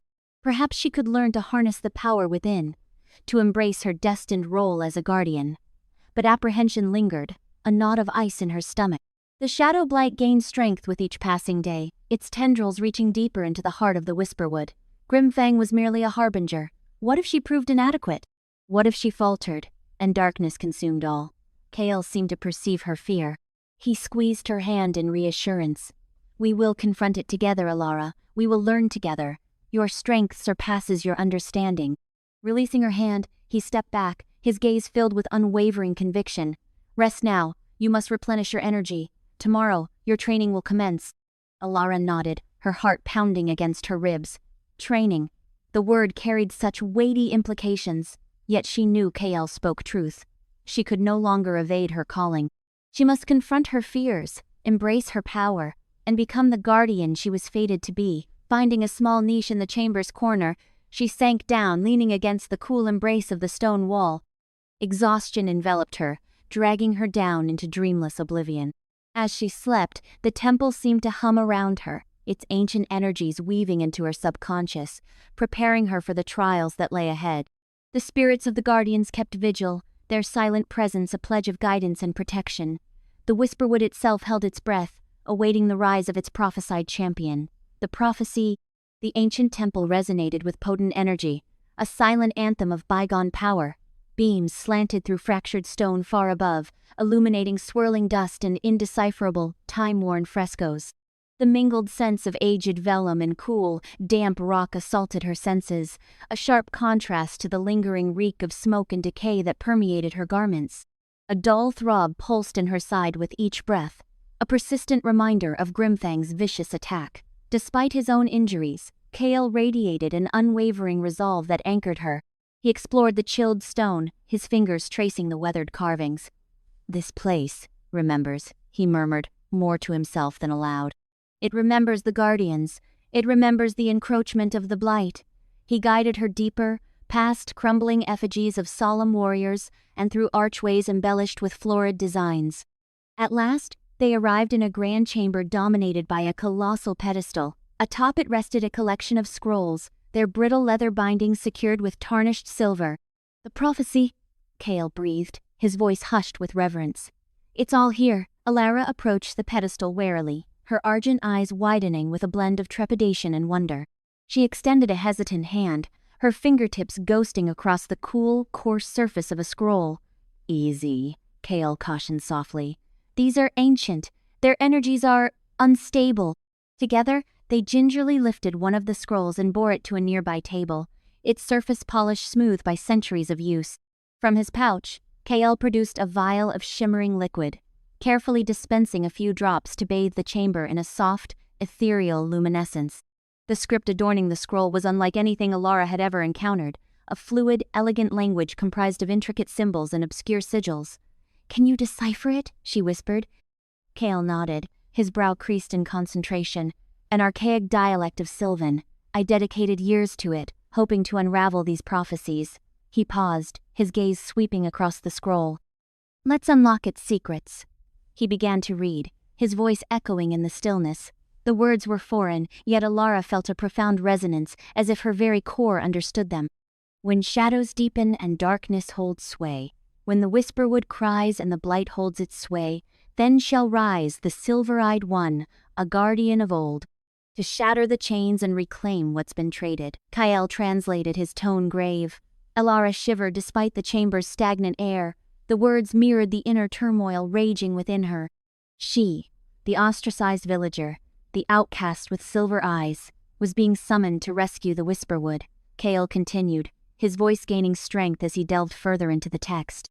The scroll detailed the Shadowborn Guardians, their affinity for the Whisperwood, and their capacity to command its primeval power. It depicted the blight as a creeping corruption, a manifestation of fear and despair threatening to engulf all life. To vanquish the shadow and resurrect the light, one must seek 3 artifacts hidden from sight, Kael recited, his eyes scanning the parchment. The Sunstone of Eldoria, the Moonpetal Chalice, and the Heartwood of the Whisperwood itself. Alara leaned closer, her pulse quickening. "Artifacts, what are they precisely?" Kael explained, detailing how the Sunstone of Eldoria was fabled to contain the sun's very energy, capable of cauterizing the blight's corruption. The Moonpetal Chalice, imbued with lunar essence, could soothe the Whisperwood's anguish and restore its equilibrium. And the Whisperwood heartwood, a fragment of the ancient tree from which the forest arose, pulsed with its vital essence. The scroll delineates their locations, Kale noted, indicating symbols inscribed within the text. The sunstone dwells within the sunken city, deep beneath the azure sea. The moon-petal chalice lies sequestered within the crystal caves, watched over by ancestral spirits. And the heartwood, it lies within the blighted lands themselves, under the guard of the shadow beasts. Alara's breath hitched. Each location sounded more treacherous than the last. The sunken city, the crystal caves, the blighted lands, places of myth, spoken of only in fearful whispers around village fires. These will be dangerous endeavors, Kale said, meeting her gaze, but we must find them if we hope to halt the spread of the blight. He unrolled another scroll, its parchment even more fragile and time-worn. This one contained meticulously drawn maps and diagrams, depicting perilous routes and concealed pathways leading to the artifacts. As Kale examined the maps, determination bloomed within Alara, eclipsing her fear. No longer just Alara, the outcast. She was Alara, the Shadowborn guardian, the Whisperwood's prophesied protector. She joined Kale, studying the lines and symbols. She questioned, seeking to understand the challenges ahead. Kale patiently answered, sharing his knowledge of the Whisperwood.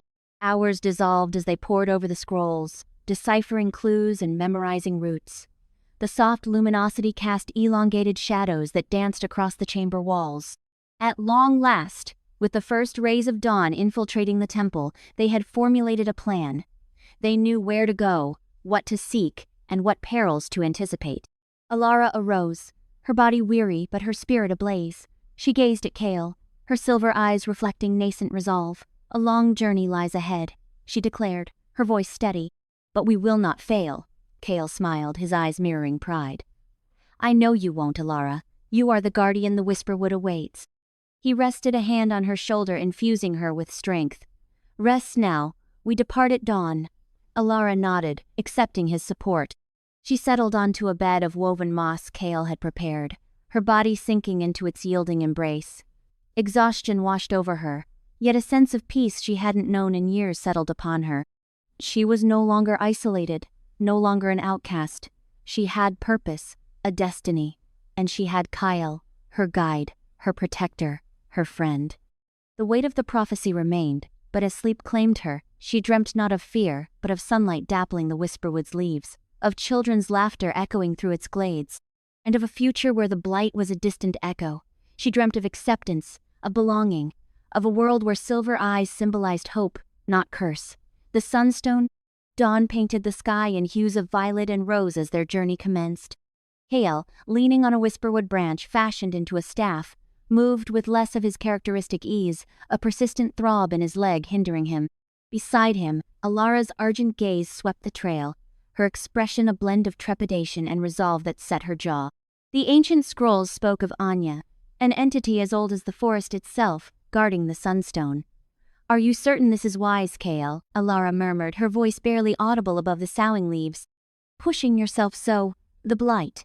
Kale halted, his hand briefly covering hers. The blight can wait, your well-being cannot, nor can the sunstone. We must secure it before the encroaching shadows discover its hiding place. He offered a reassuring smile, though Alara detected the lines of exhaustion etched around his eyes. Besides, he quipped, a playful wink appearing, a little adversity builds character. The path snaked deeper into the Whisperwood's embrace, the trees growing taller and more twisted with each stride.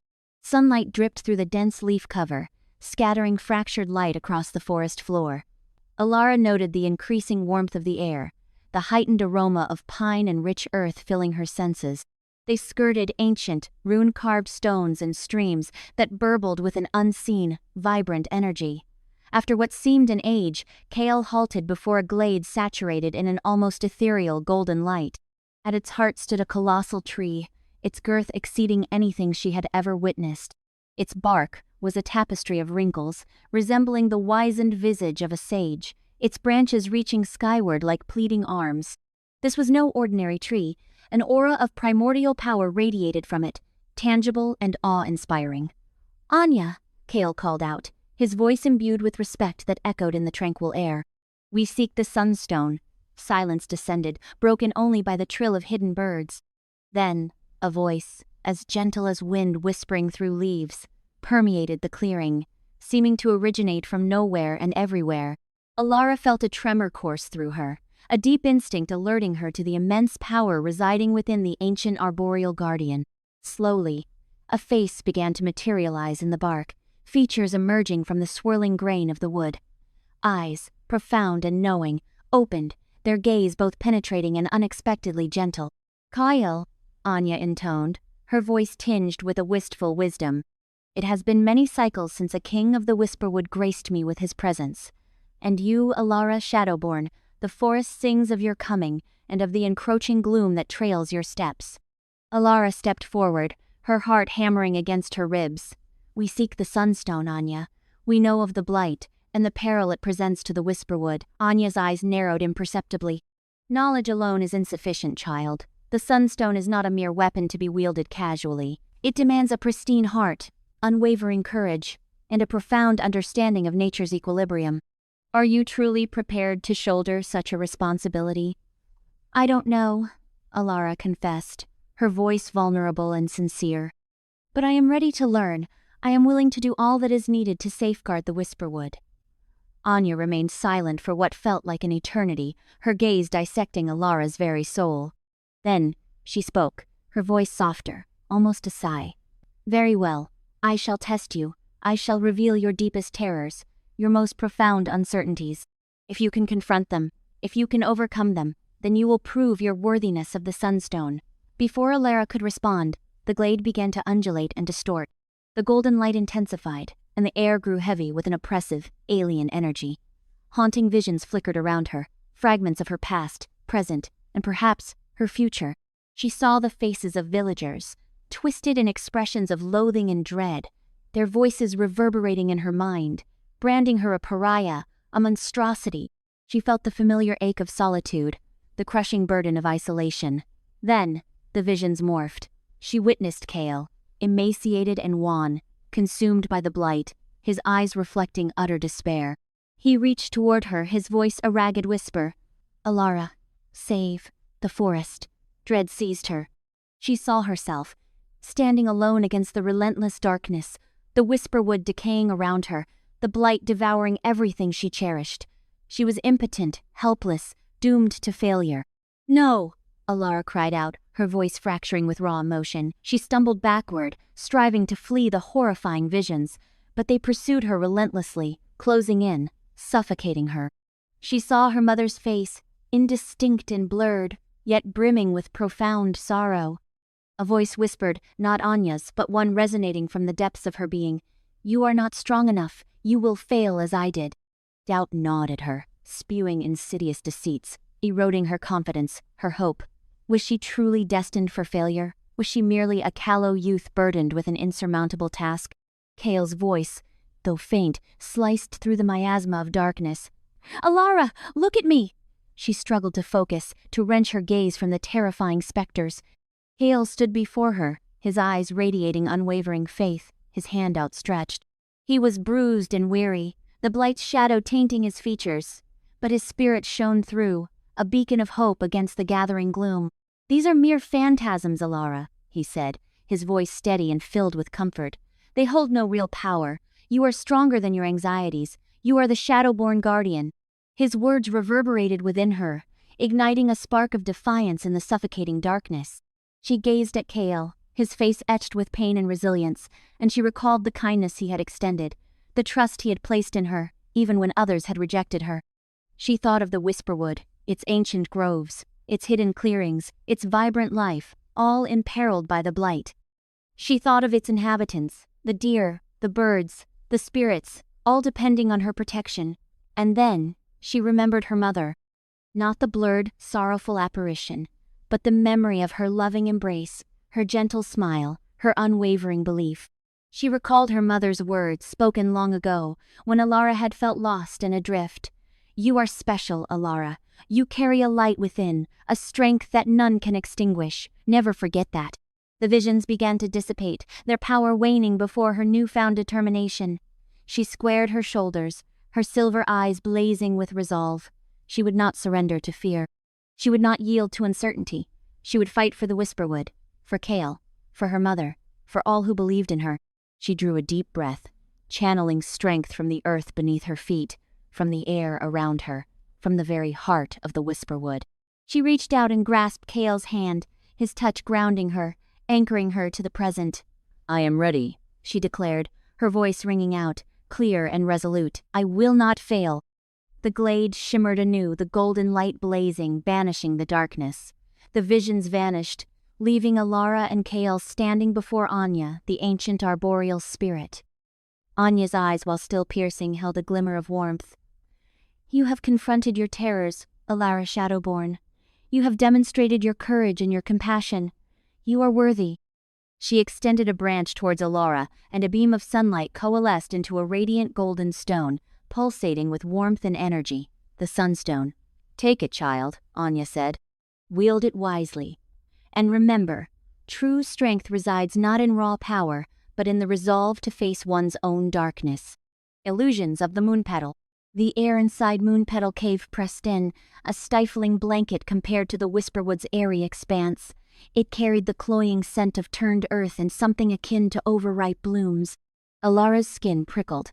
She tightened her cloak. The Sunstone, a comforting ember against her sternum, offered meager solace in the heavy atmosphere. "The Moonpetal feeds on uncertainty," Kale announced, his voice echoing off unseen reaches. He leaned hard on his staff, a spectral weariness etched on his face. The trek to Anya, coupled with the subsequent trial, had taken a dire toll, and the blight festering on his shoulder flared with renewed virulence. "It crafts mirages born of your deepest anxieties. Trust your gut, Alara. Believe in what you know." "Easier professed than practiced," she mused, her gaze flicking around the space.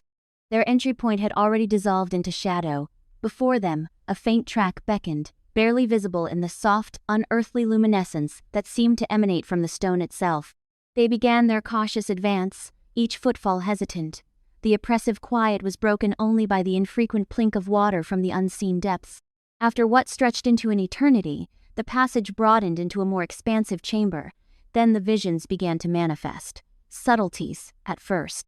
Fleeting shadows at the periphery of her vision, a phantom susurrus riding on a non-existent breeze. Alara clutched the Sunstone, anchoring herself to its warmth, to Kael's presence beside her. Abruptly the ground lurched beneath her, one moment solid rock, the next sucking mud, the reek of decay assaulting her nostrils. She stumbled, reaching for Kael, her fingers grasping only empty space. Gone, panic clenched at her heart. "Kale?" she called, her voice a tremulous thread. "Where are you?" Only the mocking reverberation of her own terror answered. Through roiling mists that had spontaneously materialized, she glimpsed them. Her parents, framed by their old cottage, a place unseen for years. Tendrils of smoke curled from the chimney, painting a fantasy of domestic tranquility that had eluded them in life.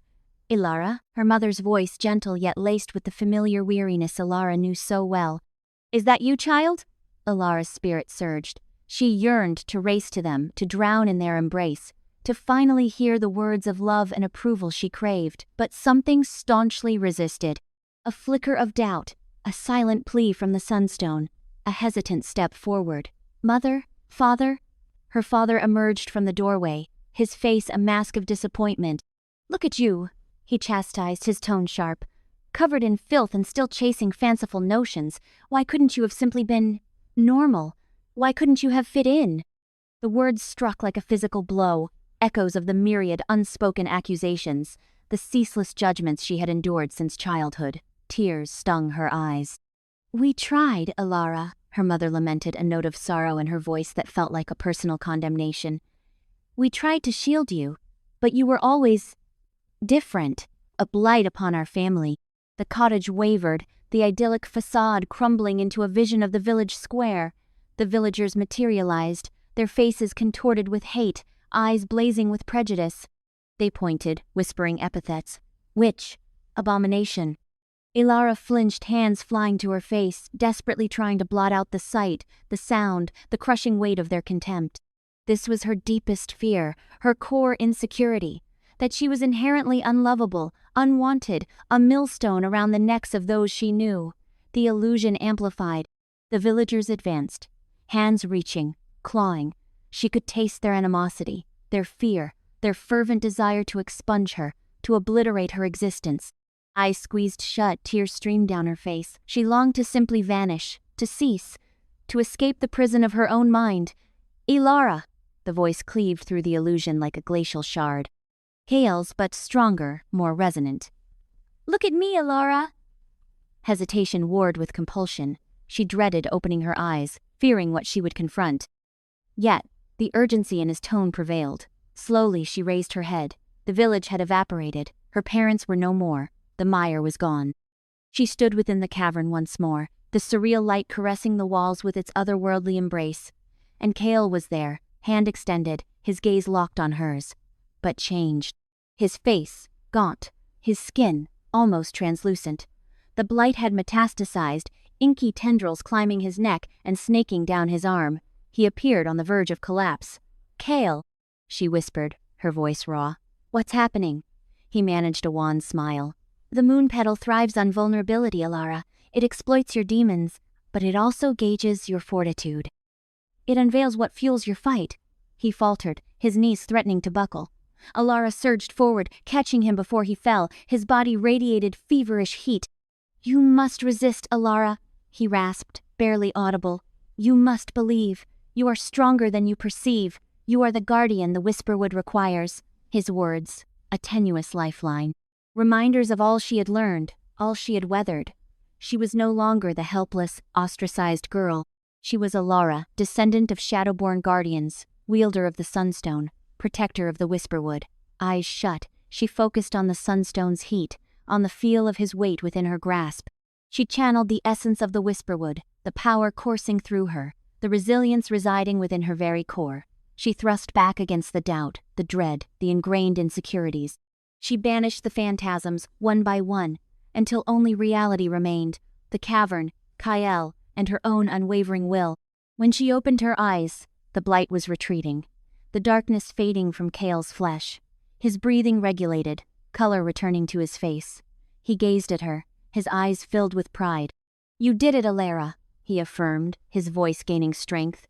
"You confronted your demons and prevailed." He straightened, distancing himself slightly, though his hand remained on her arm for support. The cavern shimmered again, and in the heart of the chamber, hovering weightlessly, a single, radiant petal manifested. It pulsed with an ethereal light, embodying the very spirit of the moon. "The moon petal," Kale breathed, his voice laced with wonder. "It is yours, Ilara. You have proven your worth." Reaching for the stars. The moon petal throbbed gently in Ilara's grasp, its spectral radiance, a guiding star as they exited Moon Petal Cave, nightfall deepening around them. Kale leaned heavily on his staff, his complexion still ashen, but renewed purpose sharpened the gleam in his eyes. "The star shard lies ahead," he stated, his voice gravelly yet resolute. "It awaits atop Mount Cinderpeak, the Whisperwood's loftiest sentinel." Ilara's gaze lifted to the distant peak, a serrated silhouette against the plum-colored sky. A tremor ran through her, a premonition beyond the mere chill. Cinderpeak held a dark reputation, not only for its altitude but for the capricious tempests that perpetually besieged its crown. "Are you certain you're up to this?" she inquired, concern wrinkling the corners of her eyes. Kale seemed revitalized, but hardly completely healed. A faint smile touched his lips. "Sufficiently. Besides," he added, his gaze locking with hers, "I have a Shadowborn guardian watching over me now." A blush warmed Ilara's cheeks, the unexpected compliment a welcome heat. She stowed the moon petal in her satchel, its cool heft a source of silent comfort. "Then let's not delay the star shard any longer." Cinderpeak's foothills presented a misleading calm, a gradual incline of verdant, moss-draped stones and ancient, twisted trees. Yet as they climbed, the terrain sharpened, vegetation thinned, and the wind became a constant, savage assault. The air grew scant with each upward stride, each inhalation a deliberate act. Kale advanced slowly, each movement deliberate, depending heavily on his staff. Ilara, conversely, felt an upsurge of strength, a lightness in her steps unknown until now. It was as if the moon petal had not only mended Kale, but imbued her with a hardiness she hadn't realized she possessed. "Rest a moment," she encouraged, halting by a stand of wind-scoured pines. Kale nodded in gratitude, collapsing onto a moss-covered boulder. The star shard possesses unimaginable power, he gasped. Enough to strike at the heart of the Shadow Blight, but the mountain, it tests the mettle of those who seek it. Alara surveyed their situation. The sky deepened toward ebony. The wind howled like a tormented spirit, lashing her hair across her face. The mercury had plummeted, and her breath bloomed in the frigid air. What sort of trials? She questioned, though a part of her already understood. This pilgrimage, like the last, would demand more than mere physical endurance. Kale fixed her with a somber stare. The mountain, it thrives on dread. It amplifies misgivings, swells weaknesses. You must remain resolute, Ilara. Resolute in spirit as well as skill. She returned his gaze, her own determination solidifying. She had confronted her deepest fears in the Moonpetal Cave. She had stared into the void of her own self-doubt and emerged fortified. She would not yield now. As if answering her resolve, the wind intensified, swirling snow around them in a disorienting whiteout. The first flakes pricked her skin like frozen needles. We need shelter, Kale bellowed above the gale. But no haven existed. The landscape was desolate, stripped bare by the unyielding wind and cold. Their only recourse was to press forward, to ascend higher, to reach the summit before the storm consumed them entirely. The climb became a brutal gauntlet. The wind clawed at their garments, the snow obscured their sight, and ice glazed the stones, transforming each step into a precarious gamble. Several times, Alara lost her footing, regaining balance just in time. Kale labored, his weakened condition making him vulnerable. Alara knew she had to act. She shut her eyes, centering herself on the energy within, the same power that had conjured the Moonpetal. She extended her senses, feeling the mountain, the wind's fury, the snow's bite, the very essence of the tempest. An idea ignited in her mind, a bold, almost reckless scheme. She opened her eyes, her silver irises blazing with purpose. "Kale, hold tight," she yelled.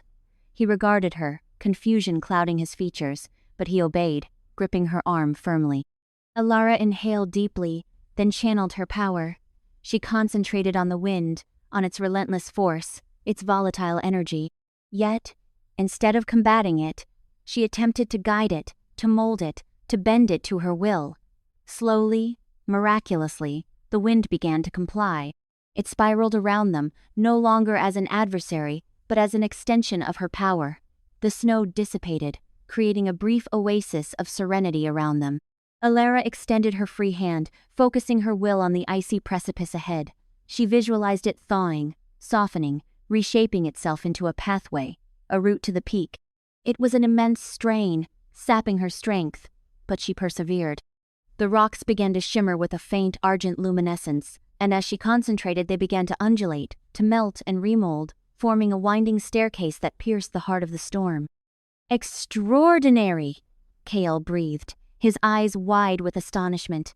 You're shaping the very elements." Alara remained silent. She was too focused, too consumed by the task.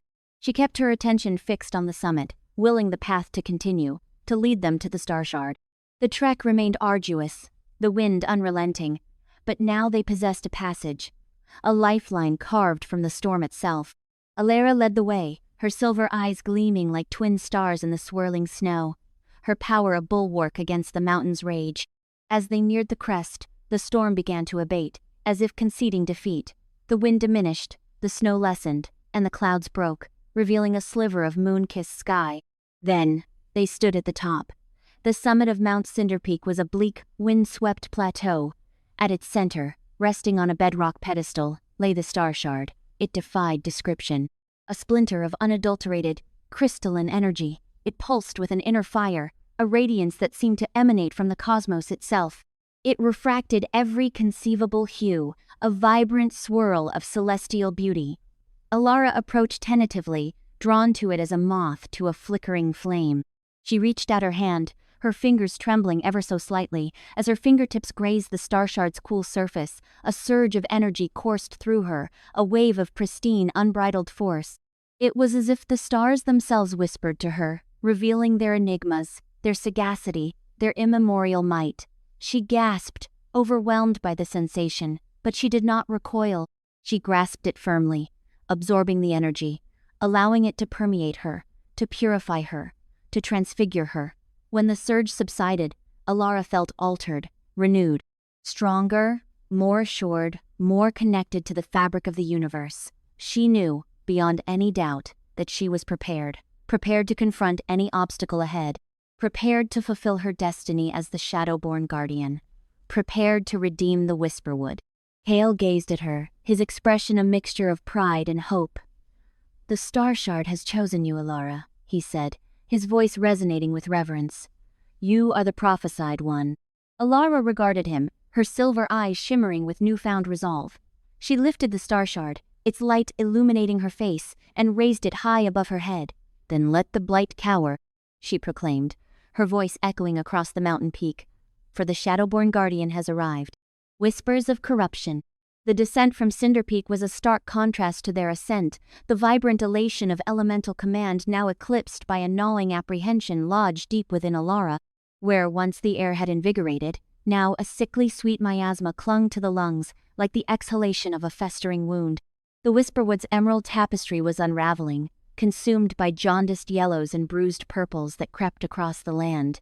"It's succumbing," Alara whispered, her voice lost in the susurrus of tainted foliage. Kale, relying on a twisted bough for support, offered a somber nod. "The shadow blight accelerates. It's outpacing our estimations." A ragged cough punctuated the stillness. "The Star Shard, a double-edged gift. It amplified your gifts and stirred the blight's slumber." Zephyr, never one to linger, kept close to Alara, his usual exuberance replaced by a frantic flutter of his rainbow wings. "Even I feel it," he squeaked, unusually subdued. "The very air, viscous, like pulling through treacle, and the whispers, a cacophony now, laced with malice." Whispers Alara knew well, insidious tendrils of sound that wormed into her thoughts, perverting them into grotesque mockeries. She fought them back, anchoring herself to the Star Shard's warmth. With each step, the corruption deepened, trees contorted in silent agony, their limbs skeletal claws reaching for the sky. Underfoot, the earth squelched, coated in a slick ebony residue.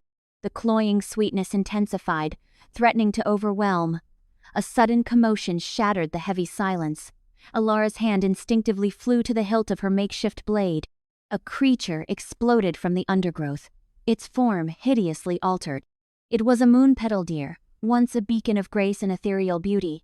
Now its coat was a matted mess, streaked with black ichor, its antlers snapped and deformed. Malevolent crimson light blazed in its eyes, its muzzle curled in a feral snarl. "Alara, look out!" Kale's warning cracked through the air. Before she could react, a grove badger, its playful features twisted into a mask of fury, charged into view. Dark tendrils, pulsating with a noxious energy, radiated from its eyes and mouth. Zephyr launched a flurry of illusions, but the blight had rendered the creatures impervious to such tricks. They batted at the shimmering phantasms with savage disinterest, their focus locked on Alara and Kael.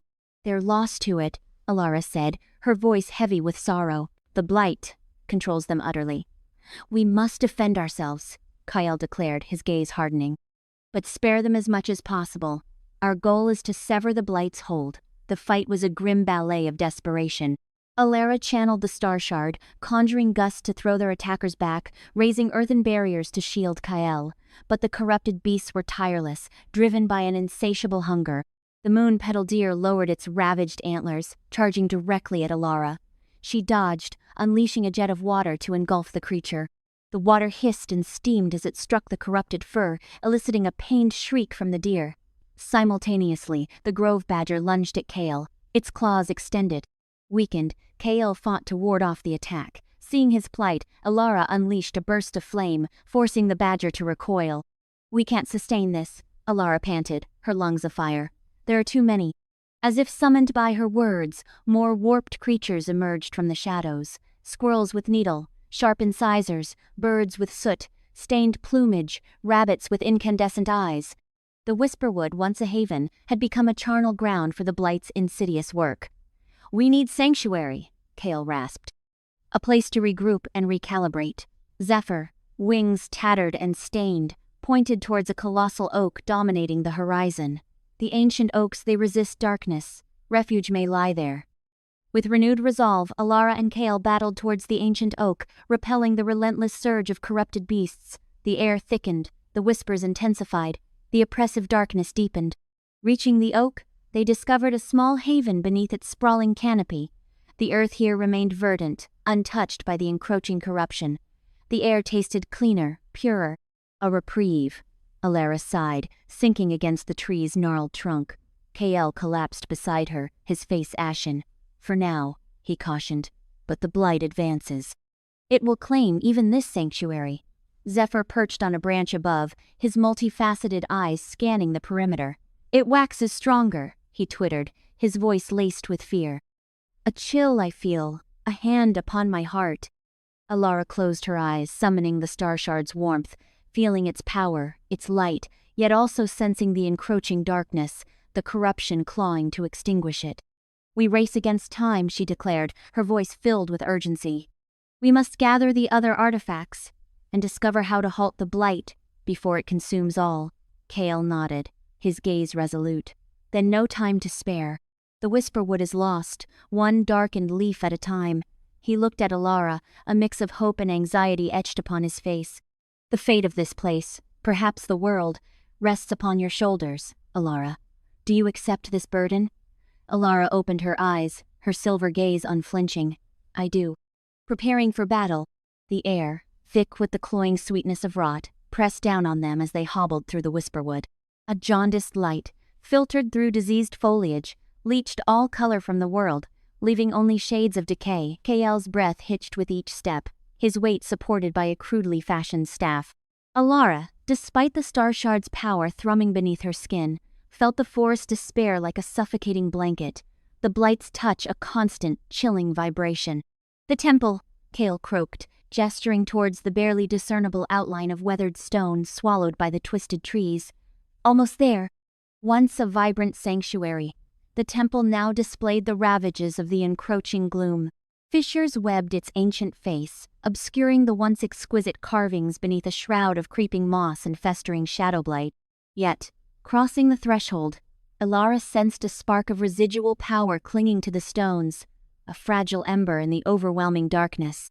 The main chamber remained largely unscathed, the circular altar at its center emitting a soft, unearthly radiance.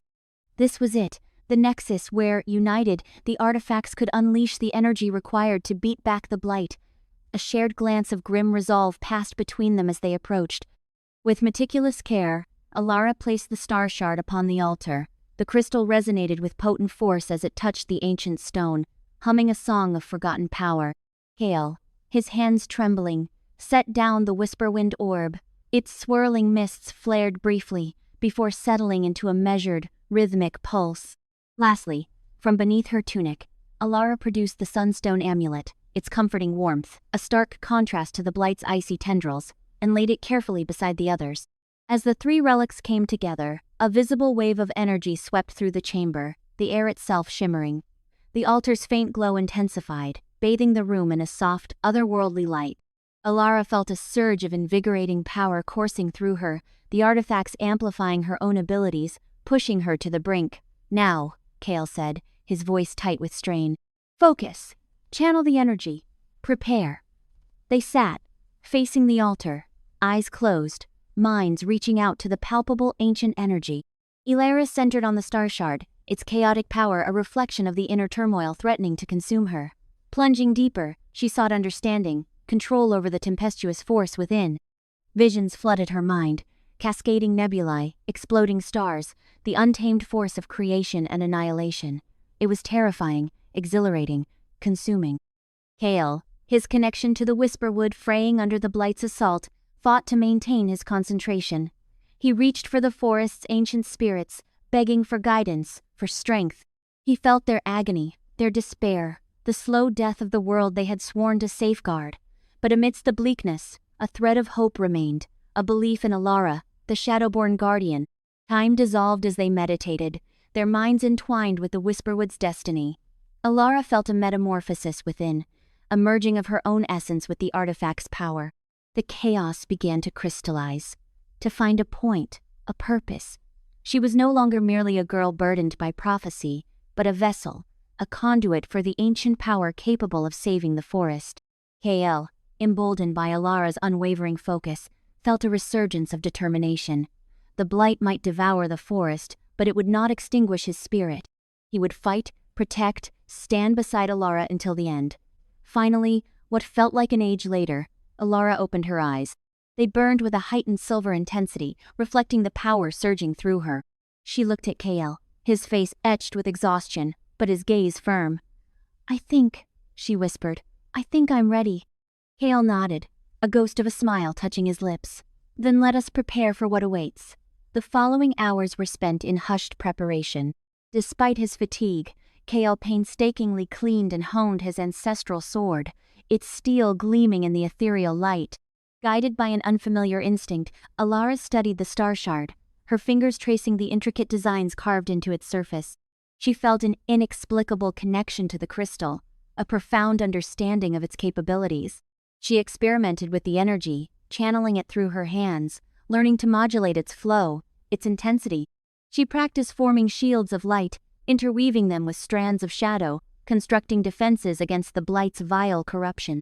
As dusk fell, draping the temple in lengthening shadows, Alara and Cal stood shoulder to shoulder, ready to confront the encroaching darkness. The air buzzed with anticipation, the silence punctuated only by the soft thrum of the altar. "Alara," Kyle said, his voice grave. "The blight, it will test you. It will exploit your fears, your doubts. Remember who you are. Remember why we fight." Alara met his gaze, her silver eyes burning with conviction. "I know, I won't fail you." He placed a reassuring hand on her shoulder, his touch firm. "I know you won't. You are stronger than you realize." A pregnant silence descended, a final moment of quiet fortitude before the coming storm. Alara gazed out at the blighted forest, her heart aching for the dying trees, the twisted creatures, the land slowly succumbing to the darkness. She knew the battle ahead would be brutal, pushing her beyond her limits. But fear held no sway. She was prepared. "The blight draws near," Alara announced, breaking the stillness. "I can feel it." "Then we confront it," Kale responded, drawing his sword.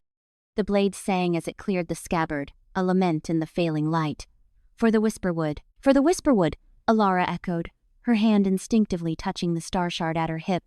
The crystal pulsed with energy, a silent promise of power, a beacon of hope amidst the encroaching despair.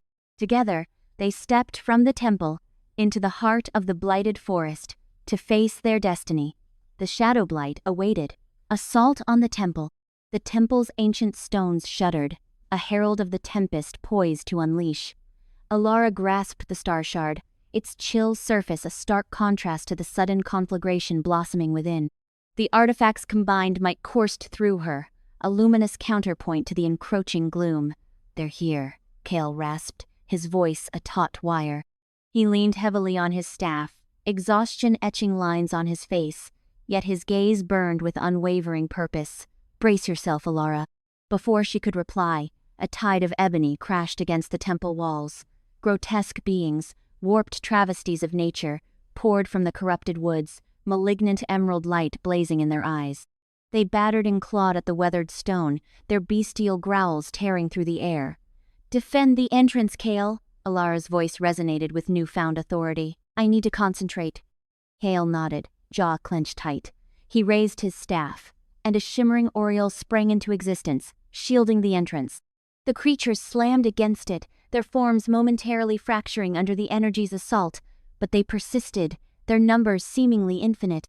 Alara retreated further into the temple's core, the star shard thrumming in her grip.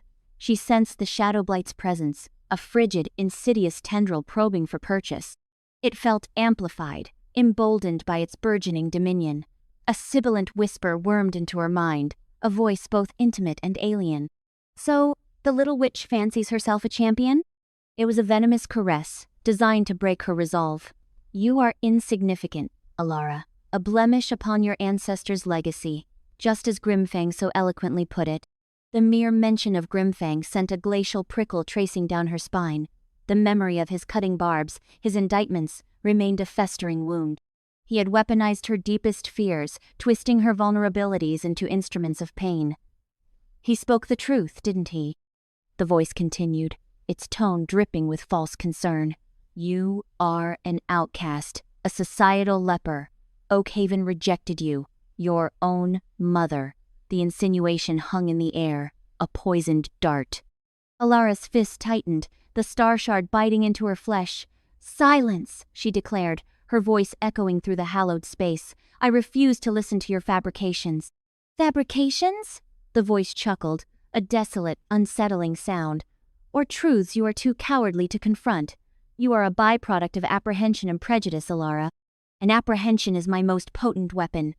As the voice concluded its taunt, a form materialized before her, solidifying from the surrounding gloom. It was elongated and emaciated, its features concealed by swirling shadows, but its eyes radiated the same virulent green light as the horrors besieging the temple. It was an emissary of the Shadow Blight, a tangible embodiment of its defiling essence. "You are powerless against me," the apparition hissed, its voice a grating rasp.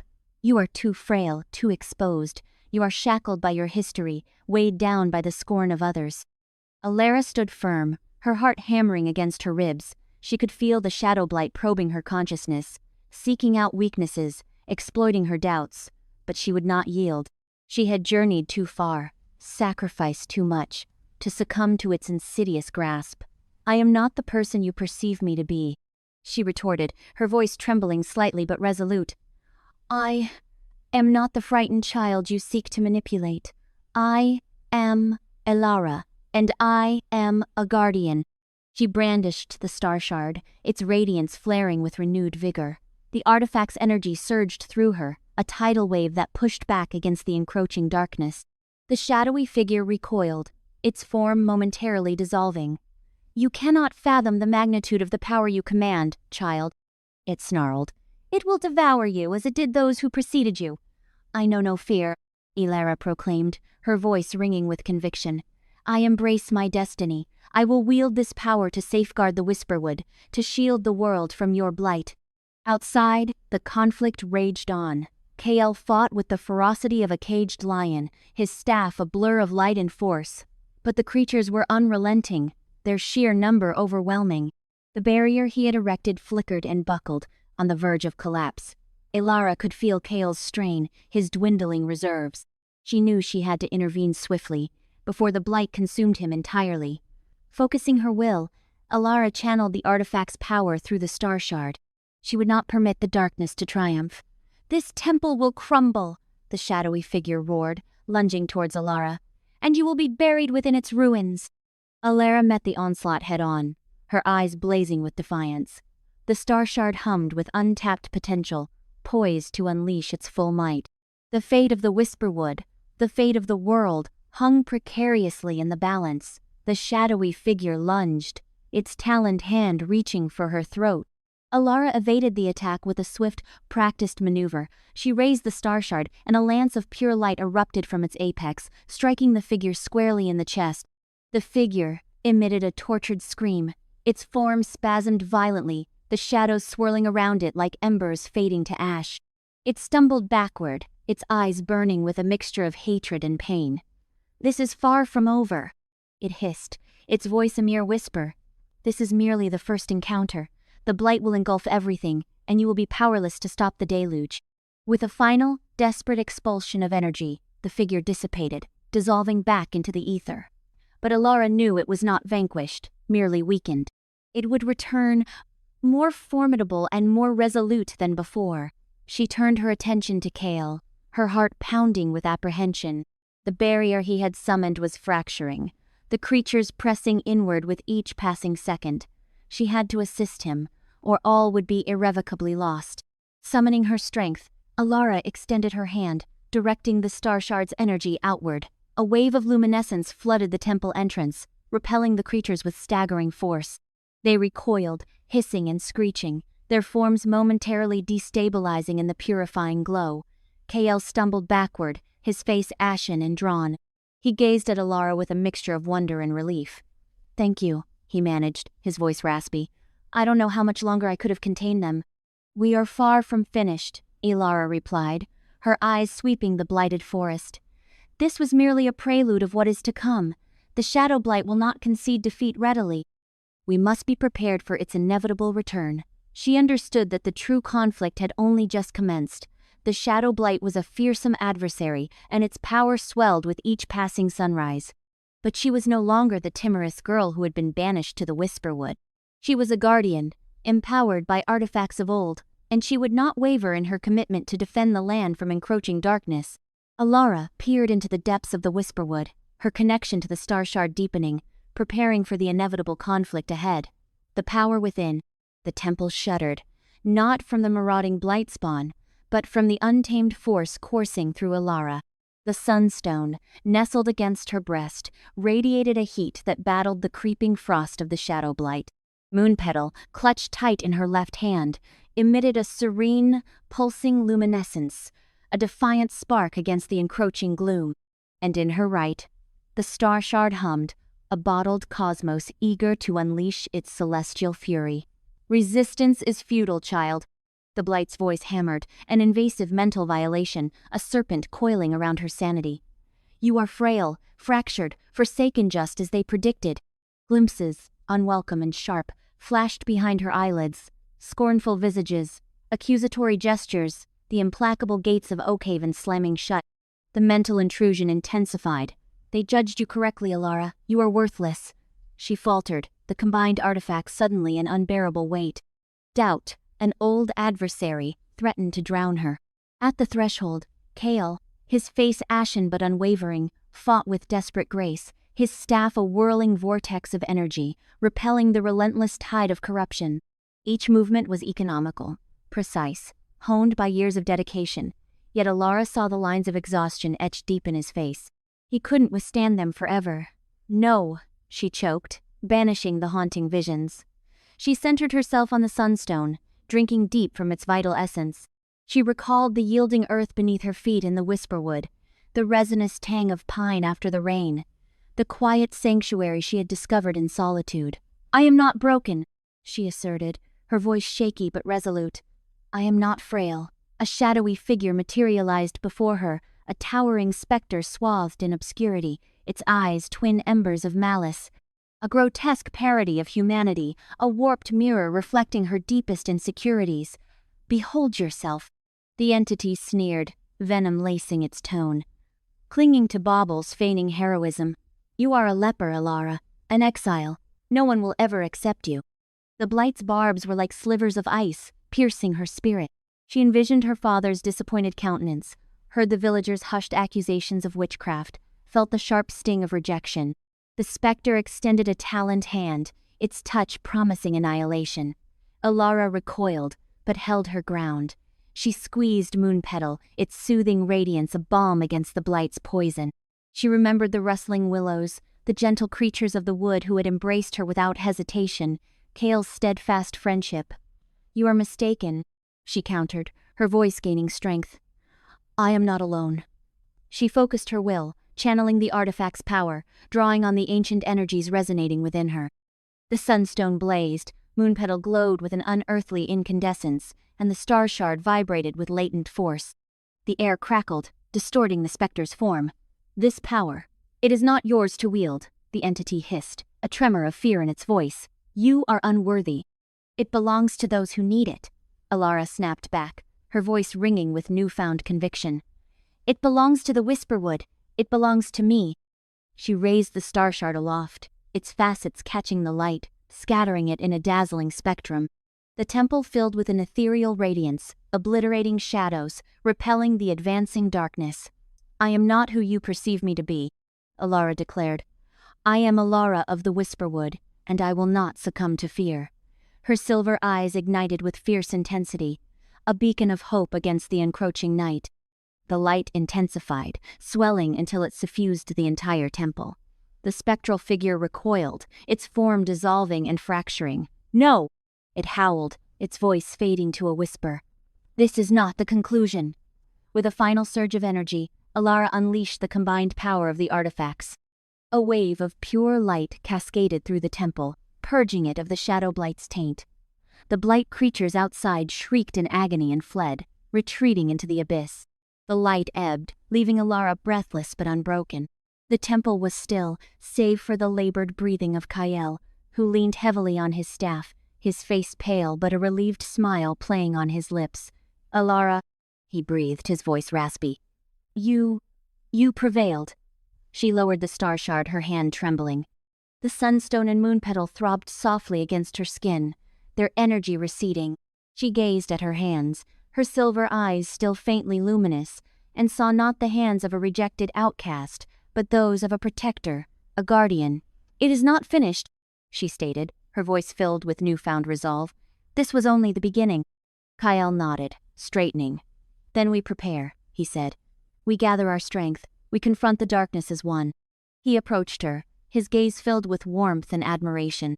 He placed a hand on her shoulder, his touch a reassuring anchor. "The power resides within you, Alara," he said. "Never forget that." She met his eyes, her own reflecting the artifact's light, the glimmer of hope. She knew the path ahead would be fraught with peril and uncertainty, but fear no longer held sway. She had confronted her demons, embraced her destiny, and unearthed the strength within to champion what she believed in. The battle had just commenced, but Alara stood ready. She was a guardian, and she would not falter. The stillness of the temple was broken by the subtle stirring of leaves beyond the walls. The blight spawn were regrouping, amassing their forces for another onslaught. But this time, Alara awaited them. She stood resolute, the star shard raised high, her silver eyes blazing with the light of hope, the light of defiance, the light of a guardian awakened. The Whisperwood had found its protector, and the shadow blight had encountered its reckoning. The dormant power within Alara had been unleashed, and the darkness would soon learn to fear the dawn. Truth revealed. The air resonated, no longer with the blight's crushing weight, but with the unleashed, volatile energy Alara channeled. The inky vortex strangling the glade unraveled, dissolving into wisps of shadow that scattered like a disturbed rookery.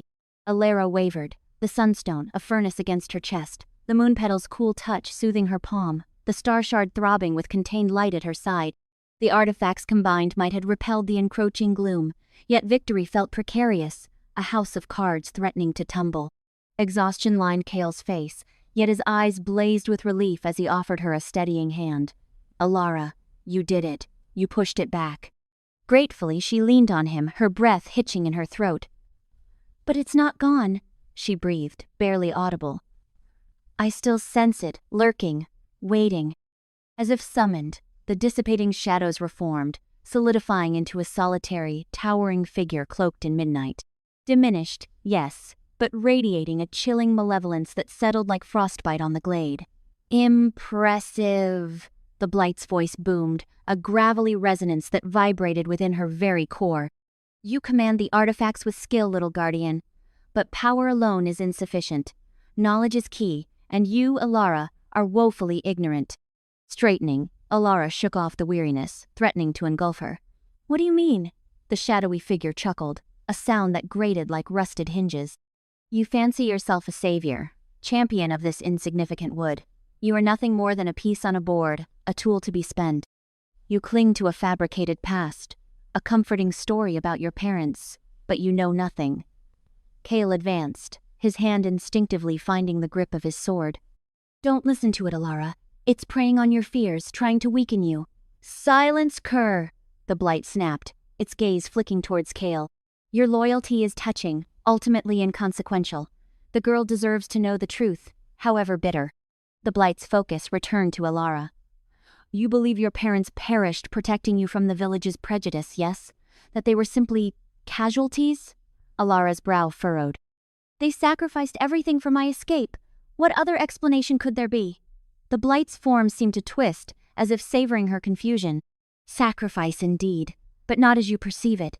They did not die because of the villagers. They died for me," Alara gasped. "That's impossible. You lie." "Do I?" the blight countered, its voice laced with sinister amusement. "Consider it, Alara.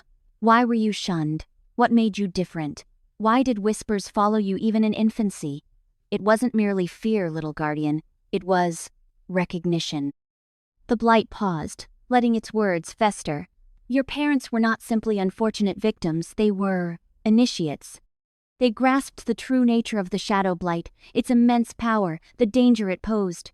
But they also understood they couldn't vanquish me head-on. Not then. So they..." Alara's voice faltered, dread seizing her throat. They weakened me, the Blight concluded, its voice dripping with dark satisfaction. They enacted a ritual, a desperate act of self-annihilation, funneling their life force to curtail my influence, to confine me within the Whisperwood. They knew it wouldn't destroy me, but it would buy time for you to be born, to mature, to eventually awaken. A wave of nausea crested over Alara. The world spun, the trees a dizzying vortex of green, her parents, sacrificing themselves to hamstring the Blight? It defied comprehension. Everything she held true about her history, her parents' devotion, crumbled to dust. "But why?" she croaked, tears welling in her eyes. "Why not just flee? Why involve me?"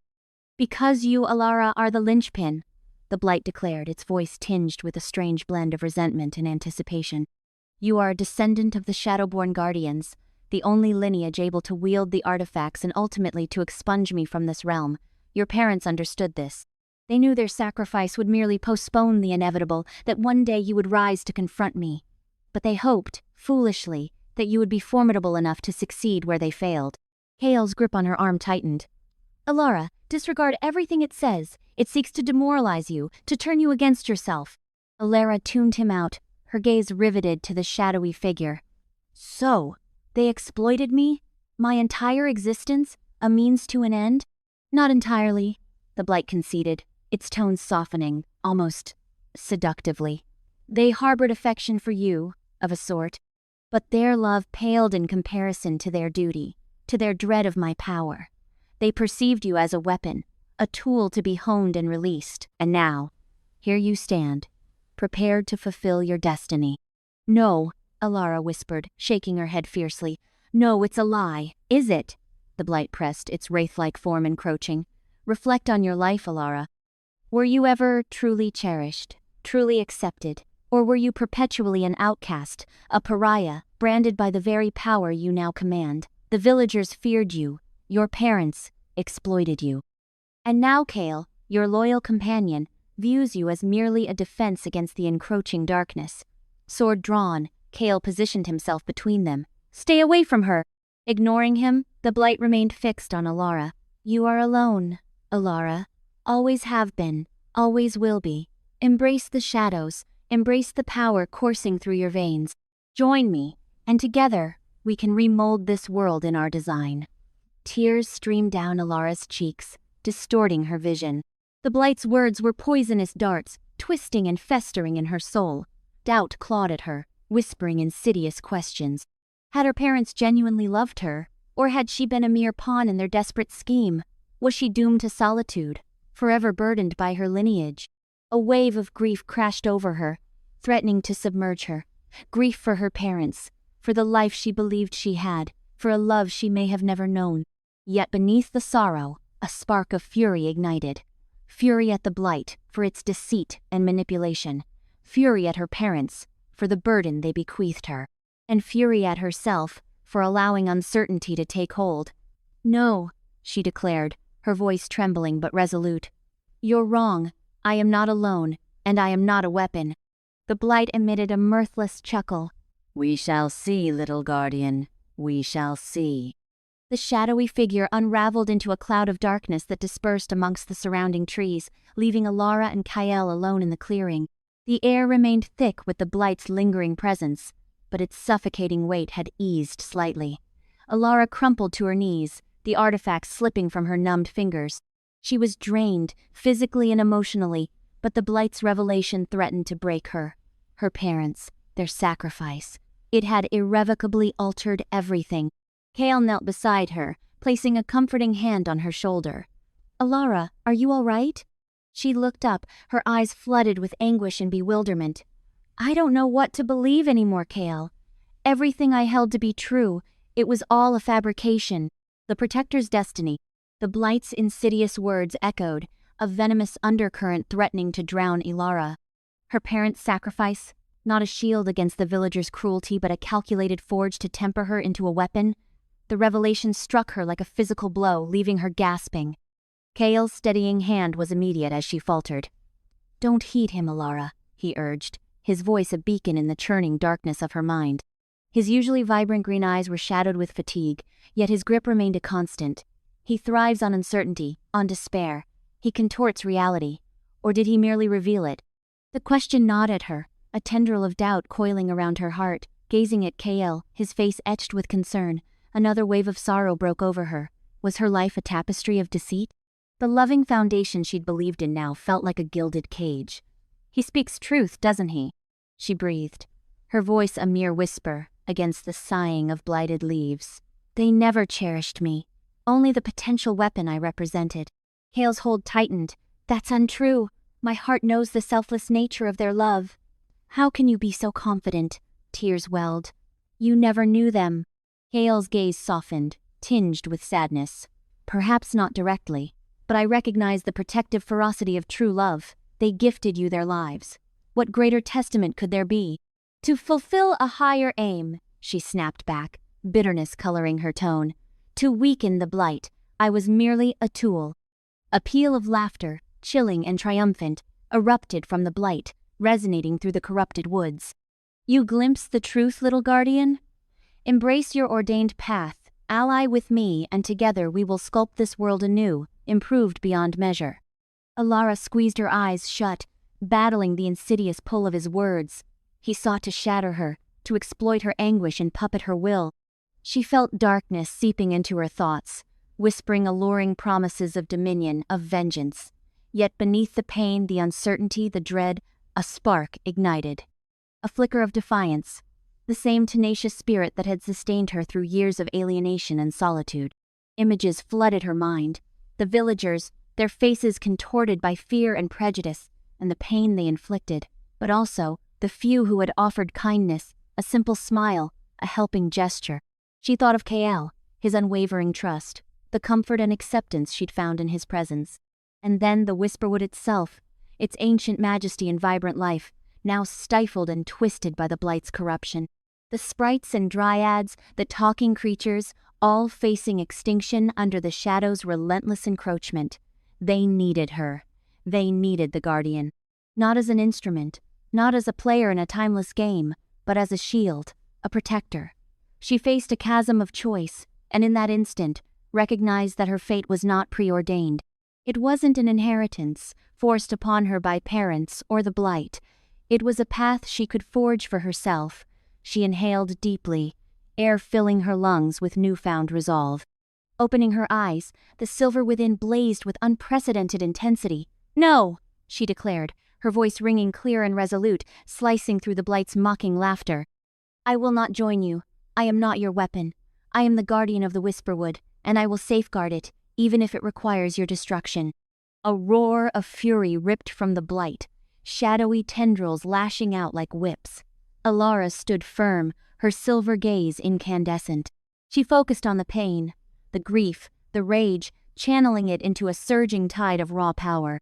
The artifacts she'd gathered, the sunstone, the moon petal, the heartwood, pulsed with her energy, magnifying it, focusing it. The air crackled with visible force, the ground trembling beneath her. Kael recoiled slightly, shielding his eyes from the blinding radiance.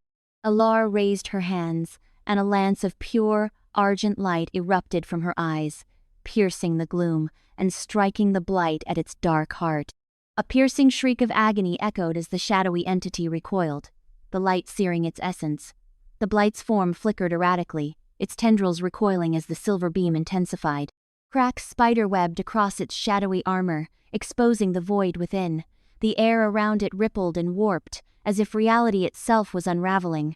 "You cannot vanquish me," the blight thundered, its voice laced with desperation. "I am eternal, the very embodiment of darkness." But Alara remained unwavering. She poured every fiber of her being into the light, driving it deeper, further into the blight's core. Visions flashed before her, her parents, their faces a blend of love and sorrow, the villagers, their features twisted by fear and resentment, Kael, his gaze reflecting trust and anticipation, and the Whisperwood, its ancient boughs reaching for the heavens, its creatures brimming with life, all relying on her strength. She would not abandon them. With a final, devastating surge of power, Elara unleashed the full might of her silver eyes. Light engulfed the blight, utterly consuming it. The shadowy form dissolved into oblivion, its screams fading into an echoing silence. The darkness receded, the crushing weight that had oppressed the whisperwood for so long lifted. The blighted leaves unfurled, their sickly gray transforming into vibrant green. The twisted branches straightened, reaching towards the sunlight with renewed vitality. A wave of cleansing energy swept through the whisperwood, mending its scars and restoring its balance. The air cleared, filled with the fragrance of blossoming flora and the melodies of birdsong. The forest creatures emerged from their hiding places, their eyes gleaming with thankfulness. Alara stood exhausted, depleted, but a profound sense of peace settled over her. The silver light in her eyes softened, yet retained a spark of strength, a promise of guardianship. She had confronted her inner demons, embraced her destiny, and liberated the whisperwood. Kale approached, his face etched with relief and admiration. He gently framed her face in his hands. "You prevailed, Alara," he whispered. "You vanquished the blight." A faint smile touched her lips. "We prevailed, Kale. We did it together." He enfolded her in a warm embrace, holding her close. "Thank you, Alara, for saving our home." Standing amidst the revitalized forest, Alara knew her journey had just begun. New trials, new perils awaited, but she was no longer the fearful, solitary girl ostracized by her village. She was the guardian of the whisperwood, prepared to confront whatever the future held. The whisperwood breathed a collective sigh of relief, the ancient trees rustling their leaves in harmonious gratitude. Sunlight streamed through the canopy, painting the forest floor with shifting patterns of light and shadow. A new chapter had commenced, one of serenity and abundance, guided by the light of the shadowborn guardian. The blight was gone, but the memory of its darkness would remain, a constant reminder of the importance of safeguarding the light, embracing acceptance, and choosing one's own path. Queen of the Whisperwood, the air vibrated with renewed energy, a living song that banished the blight's suffocating hush. Alara, supported by Kale's steady presence, absorbed the revitalized whisperwood. Sunlight, once strangled by encroaching shadow, filtered through the canopy, scattering shards of amber and jade across the forest floor. Where gnarled charcoal trees had stood, now rose verdant giants, limbs outstretched in jubilant welcome. Exotic blossoms, splashed with audacious hues, perfumed the air with a sweet, intoxicating fragrance carried on a playful zephyr. "It's breathtaking," Alara rasped, her voice still rough with exertion.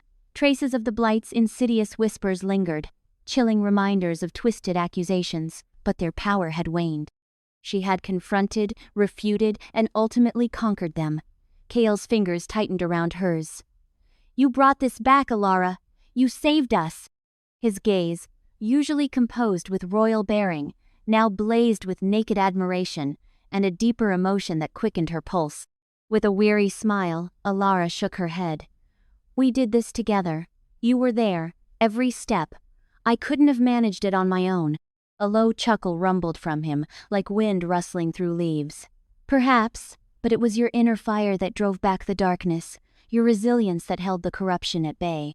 He swept his hand, encompassing the thriving woodland. "This is your enduring legacy, Alara." They walked on in comfortable quiet, their passage barely disturbing the newly awakened undergrowth. Tiny creatures, emboldened by the blight's retreat, shyly emerged from their burrows, darting across their path. Alara felt a surge of warmth, a profound connection to the whisperwood that resonated within her very core. It was as if the forest exhaled a sigh of contentment, drawing her back into its embrace. They arrived at a clearing overlooking a valley awash in wildflowers. A crystalline stream tumbled down the rock face, its gentle cadence a calming melody. Alara eased herself onto a moss-covered boulder, her weary limbs finally giving way. Kale settled beside her, his gaze drawn to the distant horizon. "The fight isn't over. Though banished, the blight's residue remains. We must ensure it never takes root again." Alara nodded, following his line of sight. "How so?" "The whisperwood is fragile still. Its creatures are timid. They need guidance, reassurance, a shield, a protector." He turned, his gaze locking with hers, an intensity that stole her breath. "They need you, Alara." She glanced at her hands, scarred and toughened from their trials. "Me? I'm just Alara, a banished villager, an outsider. You are infinitely more than that," Kale declared, his voice resonating with conviction. "You are Shadowborn. You command power unlike any I've ever witnessed, and you've proven yourself worthy." You are the Whisperwood's guardian, Alara. Embrace your calling. His words struck a chord deep within her, igniting a spark. She recalled her parents, their sacrifice, the web of deceit she had unraveled, but she also remembered the kindness she had been shown, Kael's unwavering loyalty, the support of the woodland creatures. She thought of the potent light she had unleashed, the energy surging through her veins. Closing her eyes, she inhaled deeply, extending her senses. The Whisperwood responded, its life force flowing into her, imbuing her with a sense of serenity and purpose. She felt the swaying dance of the trees, the lilting chorus of the birds, the busy chatter of the creatures beneath. She was interwoven with them, bound to them, their destinies entwined. When she opened her eyes, a faint, silver luminescence flickered within them. I accept, she stated, her voice clear and resolute. I am the guardian of the Whisperwood. I will defend it with every fiber of my being. Kael smiled, a genuine, heartfelt expression that erased all shadows from his face. I knew you would, he murmured softly. He reached for her hand, his touch sending a shiver of energy through her. But you won't have to bear this burden alone, Alara. He rose, drawing her up with him. He led her to the edge of the clearing, where the valley unfurled before them, bathed in the radiant glow of the setting sun. He turned to face her, his countenance grave. The Whisperwood has lacked true leadership for too long, he stated, his voice imbued with regal authority. My father was absent. I have striven to fill the gap, but it is not enough. The Whisperwood needs a queen. Someone who understands its very soul, embodies its spirit, and is willing to defend it at any cost. He knelt before her, his gaze never wavering. Alara, guardian of the Whisperwood, will you grant me the honor of becoming my queen? Will you stand by my side and help me safeguard our home? Alara gasped, her heart hammering against her ribs. She had never entertained, never dared to dream of such a possibility. She was an outsider, an anomaly, someone who had always been branded as different, as not belonging. And now, the king of the Whisperwood was asking for her hand. Tears welled in her eyes, tears of joy, of release, of disbelief. She reached out, cradling his face in her hands, gently smoothing away the faint lines of worry etched on his brow. Yes, she breathed, her voice thick with emotion. Yes, Kael, I will be your queen. He rose, pulling her into a close embrace. He held her tight, his warmth enveloping her. Thank you, Alara, he murmured, his voice muffled against her hair. You have made me the most blessed king in all the realms. He drew back slightly, his eyes sparkling with affection. But being queen is more than just bearing a crown and sitting upon a throne. He teased, a hint of mischief in his tone. It demands responsibility, leadership, and difficult decisions. I understand, Alara replied, her voice brimming with resolve. I am prepared. I am ready to be the queen the Whisperwood deserves. He kissed her then, a deep, lingering kiss that sealed their commitment and solidified their bond. It was a kiss imbued with love, with hope, with the promise of a shared future, where they would stand united, protecting their home from any encroaching threat. When they finally parted, Alara gazed out at the valley, no longer seeing it as merely a picturesque landscape, but as a kingdom, a solemn duty, a sacred trust. She was no longer just Alara, the banished villager. She was Alara, guardian and queen of the Whisperwood, Kael's partner. She turned to Kael, her eyes ablaze with newfound confidence. What do we do now? She asked. He smiled, his gaze filled with adoration. Now, he responded, we begin to rebuild. We show the creatures of the Whisperwood that they are sheltered, cherished, and home. And we prepare for whatever trials may lie ahead, knowing that with each other, we can overcome any obstacle. He took her hand, and together, they walked towards the setting sun, prepared to embrace their destiny as the protectors of the Whisperwood, the king and queen of their reborn realm. The weight of the crown felt somehow lighter, shared between them. The future remained uncertain, but one thing was clear. They would face it as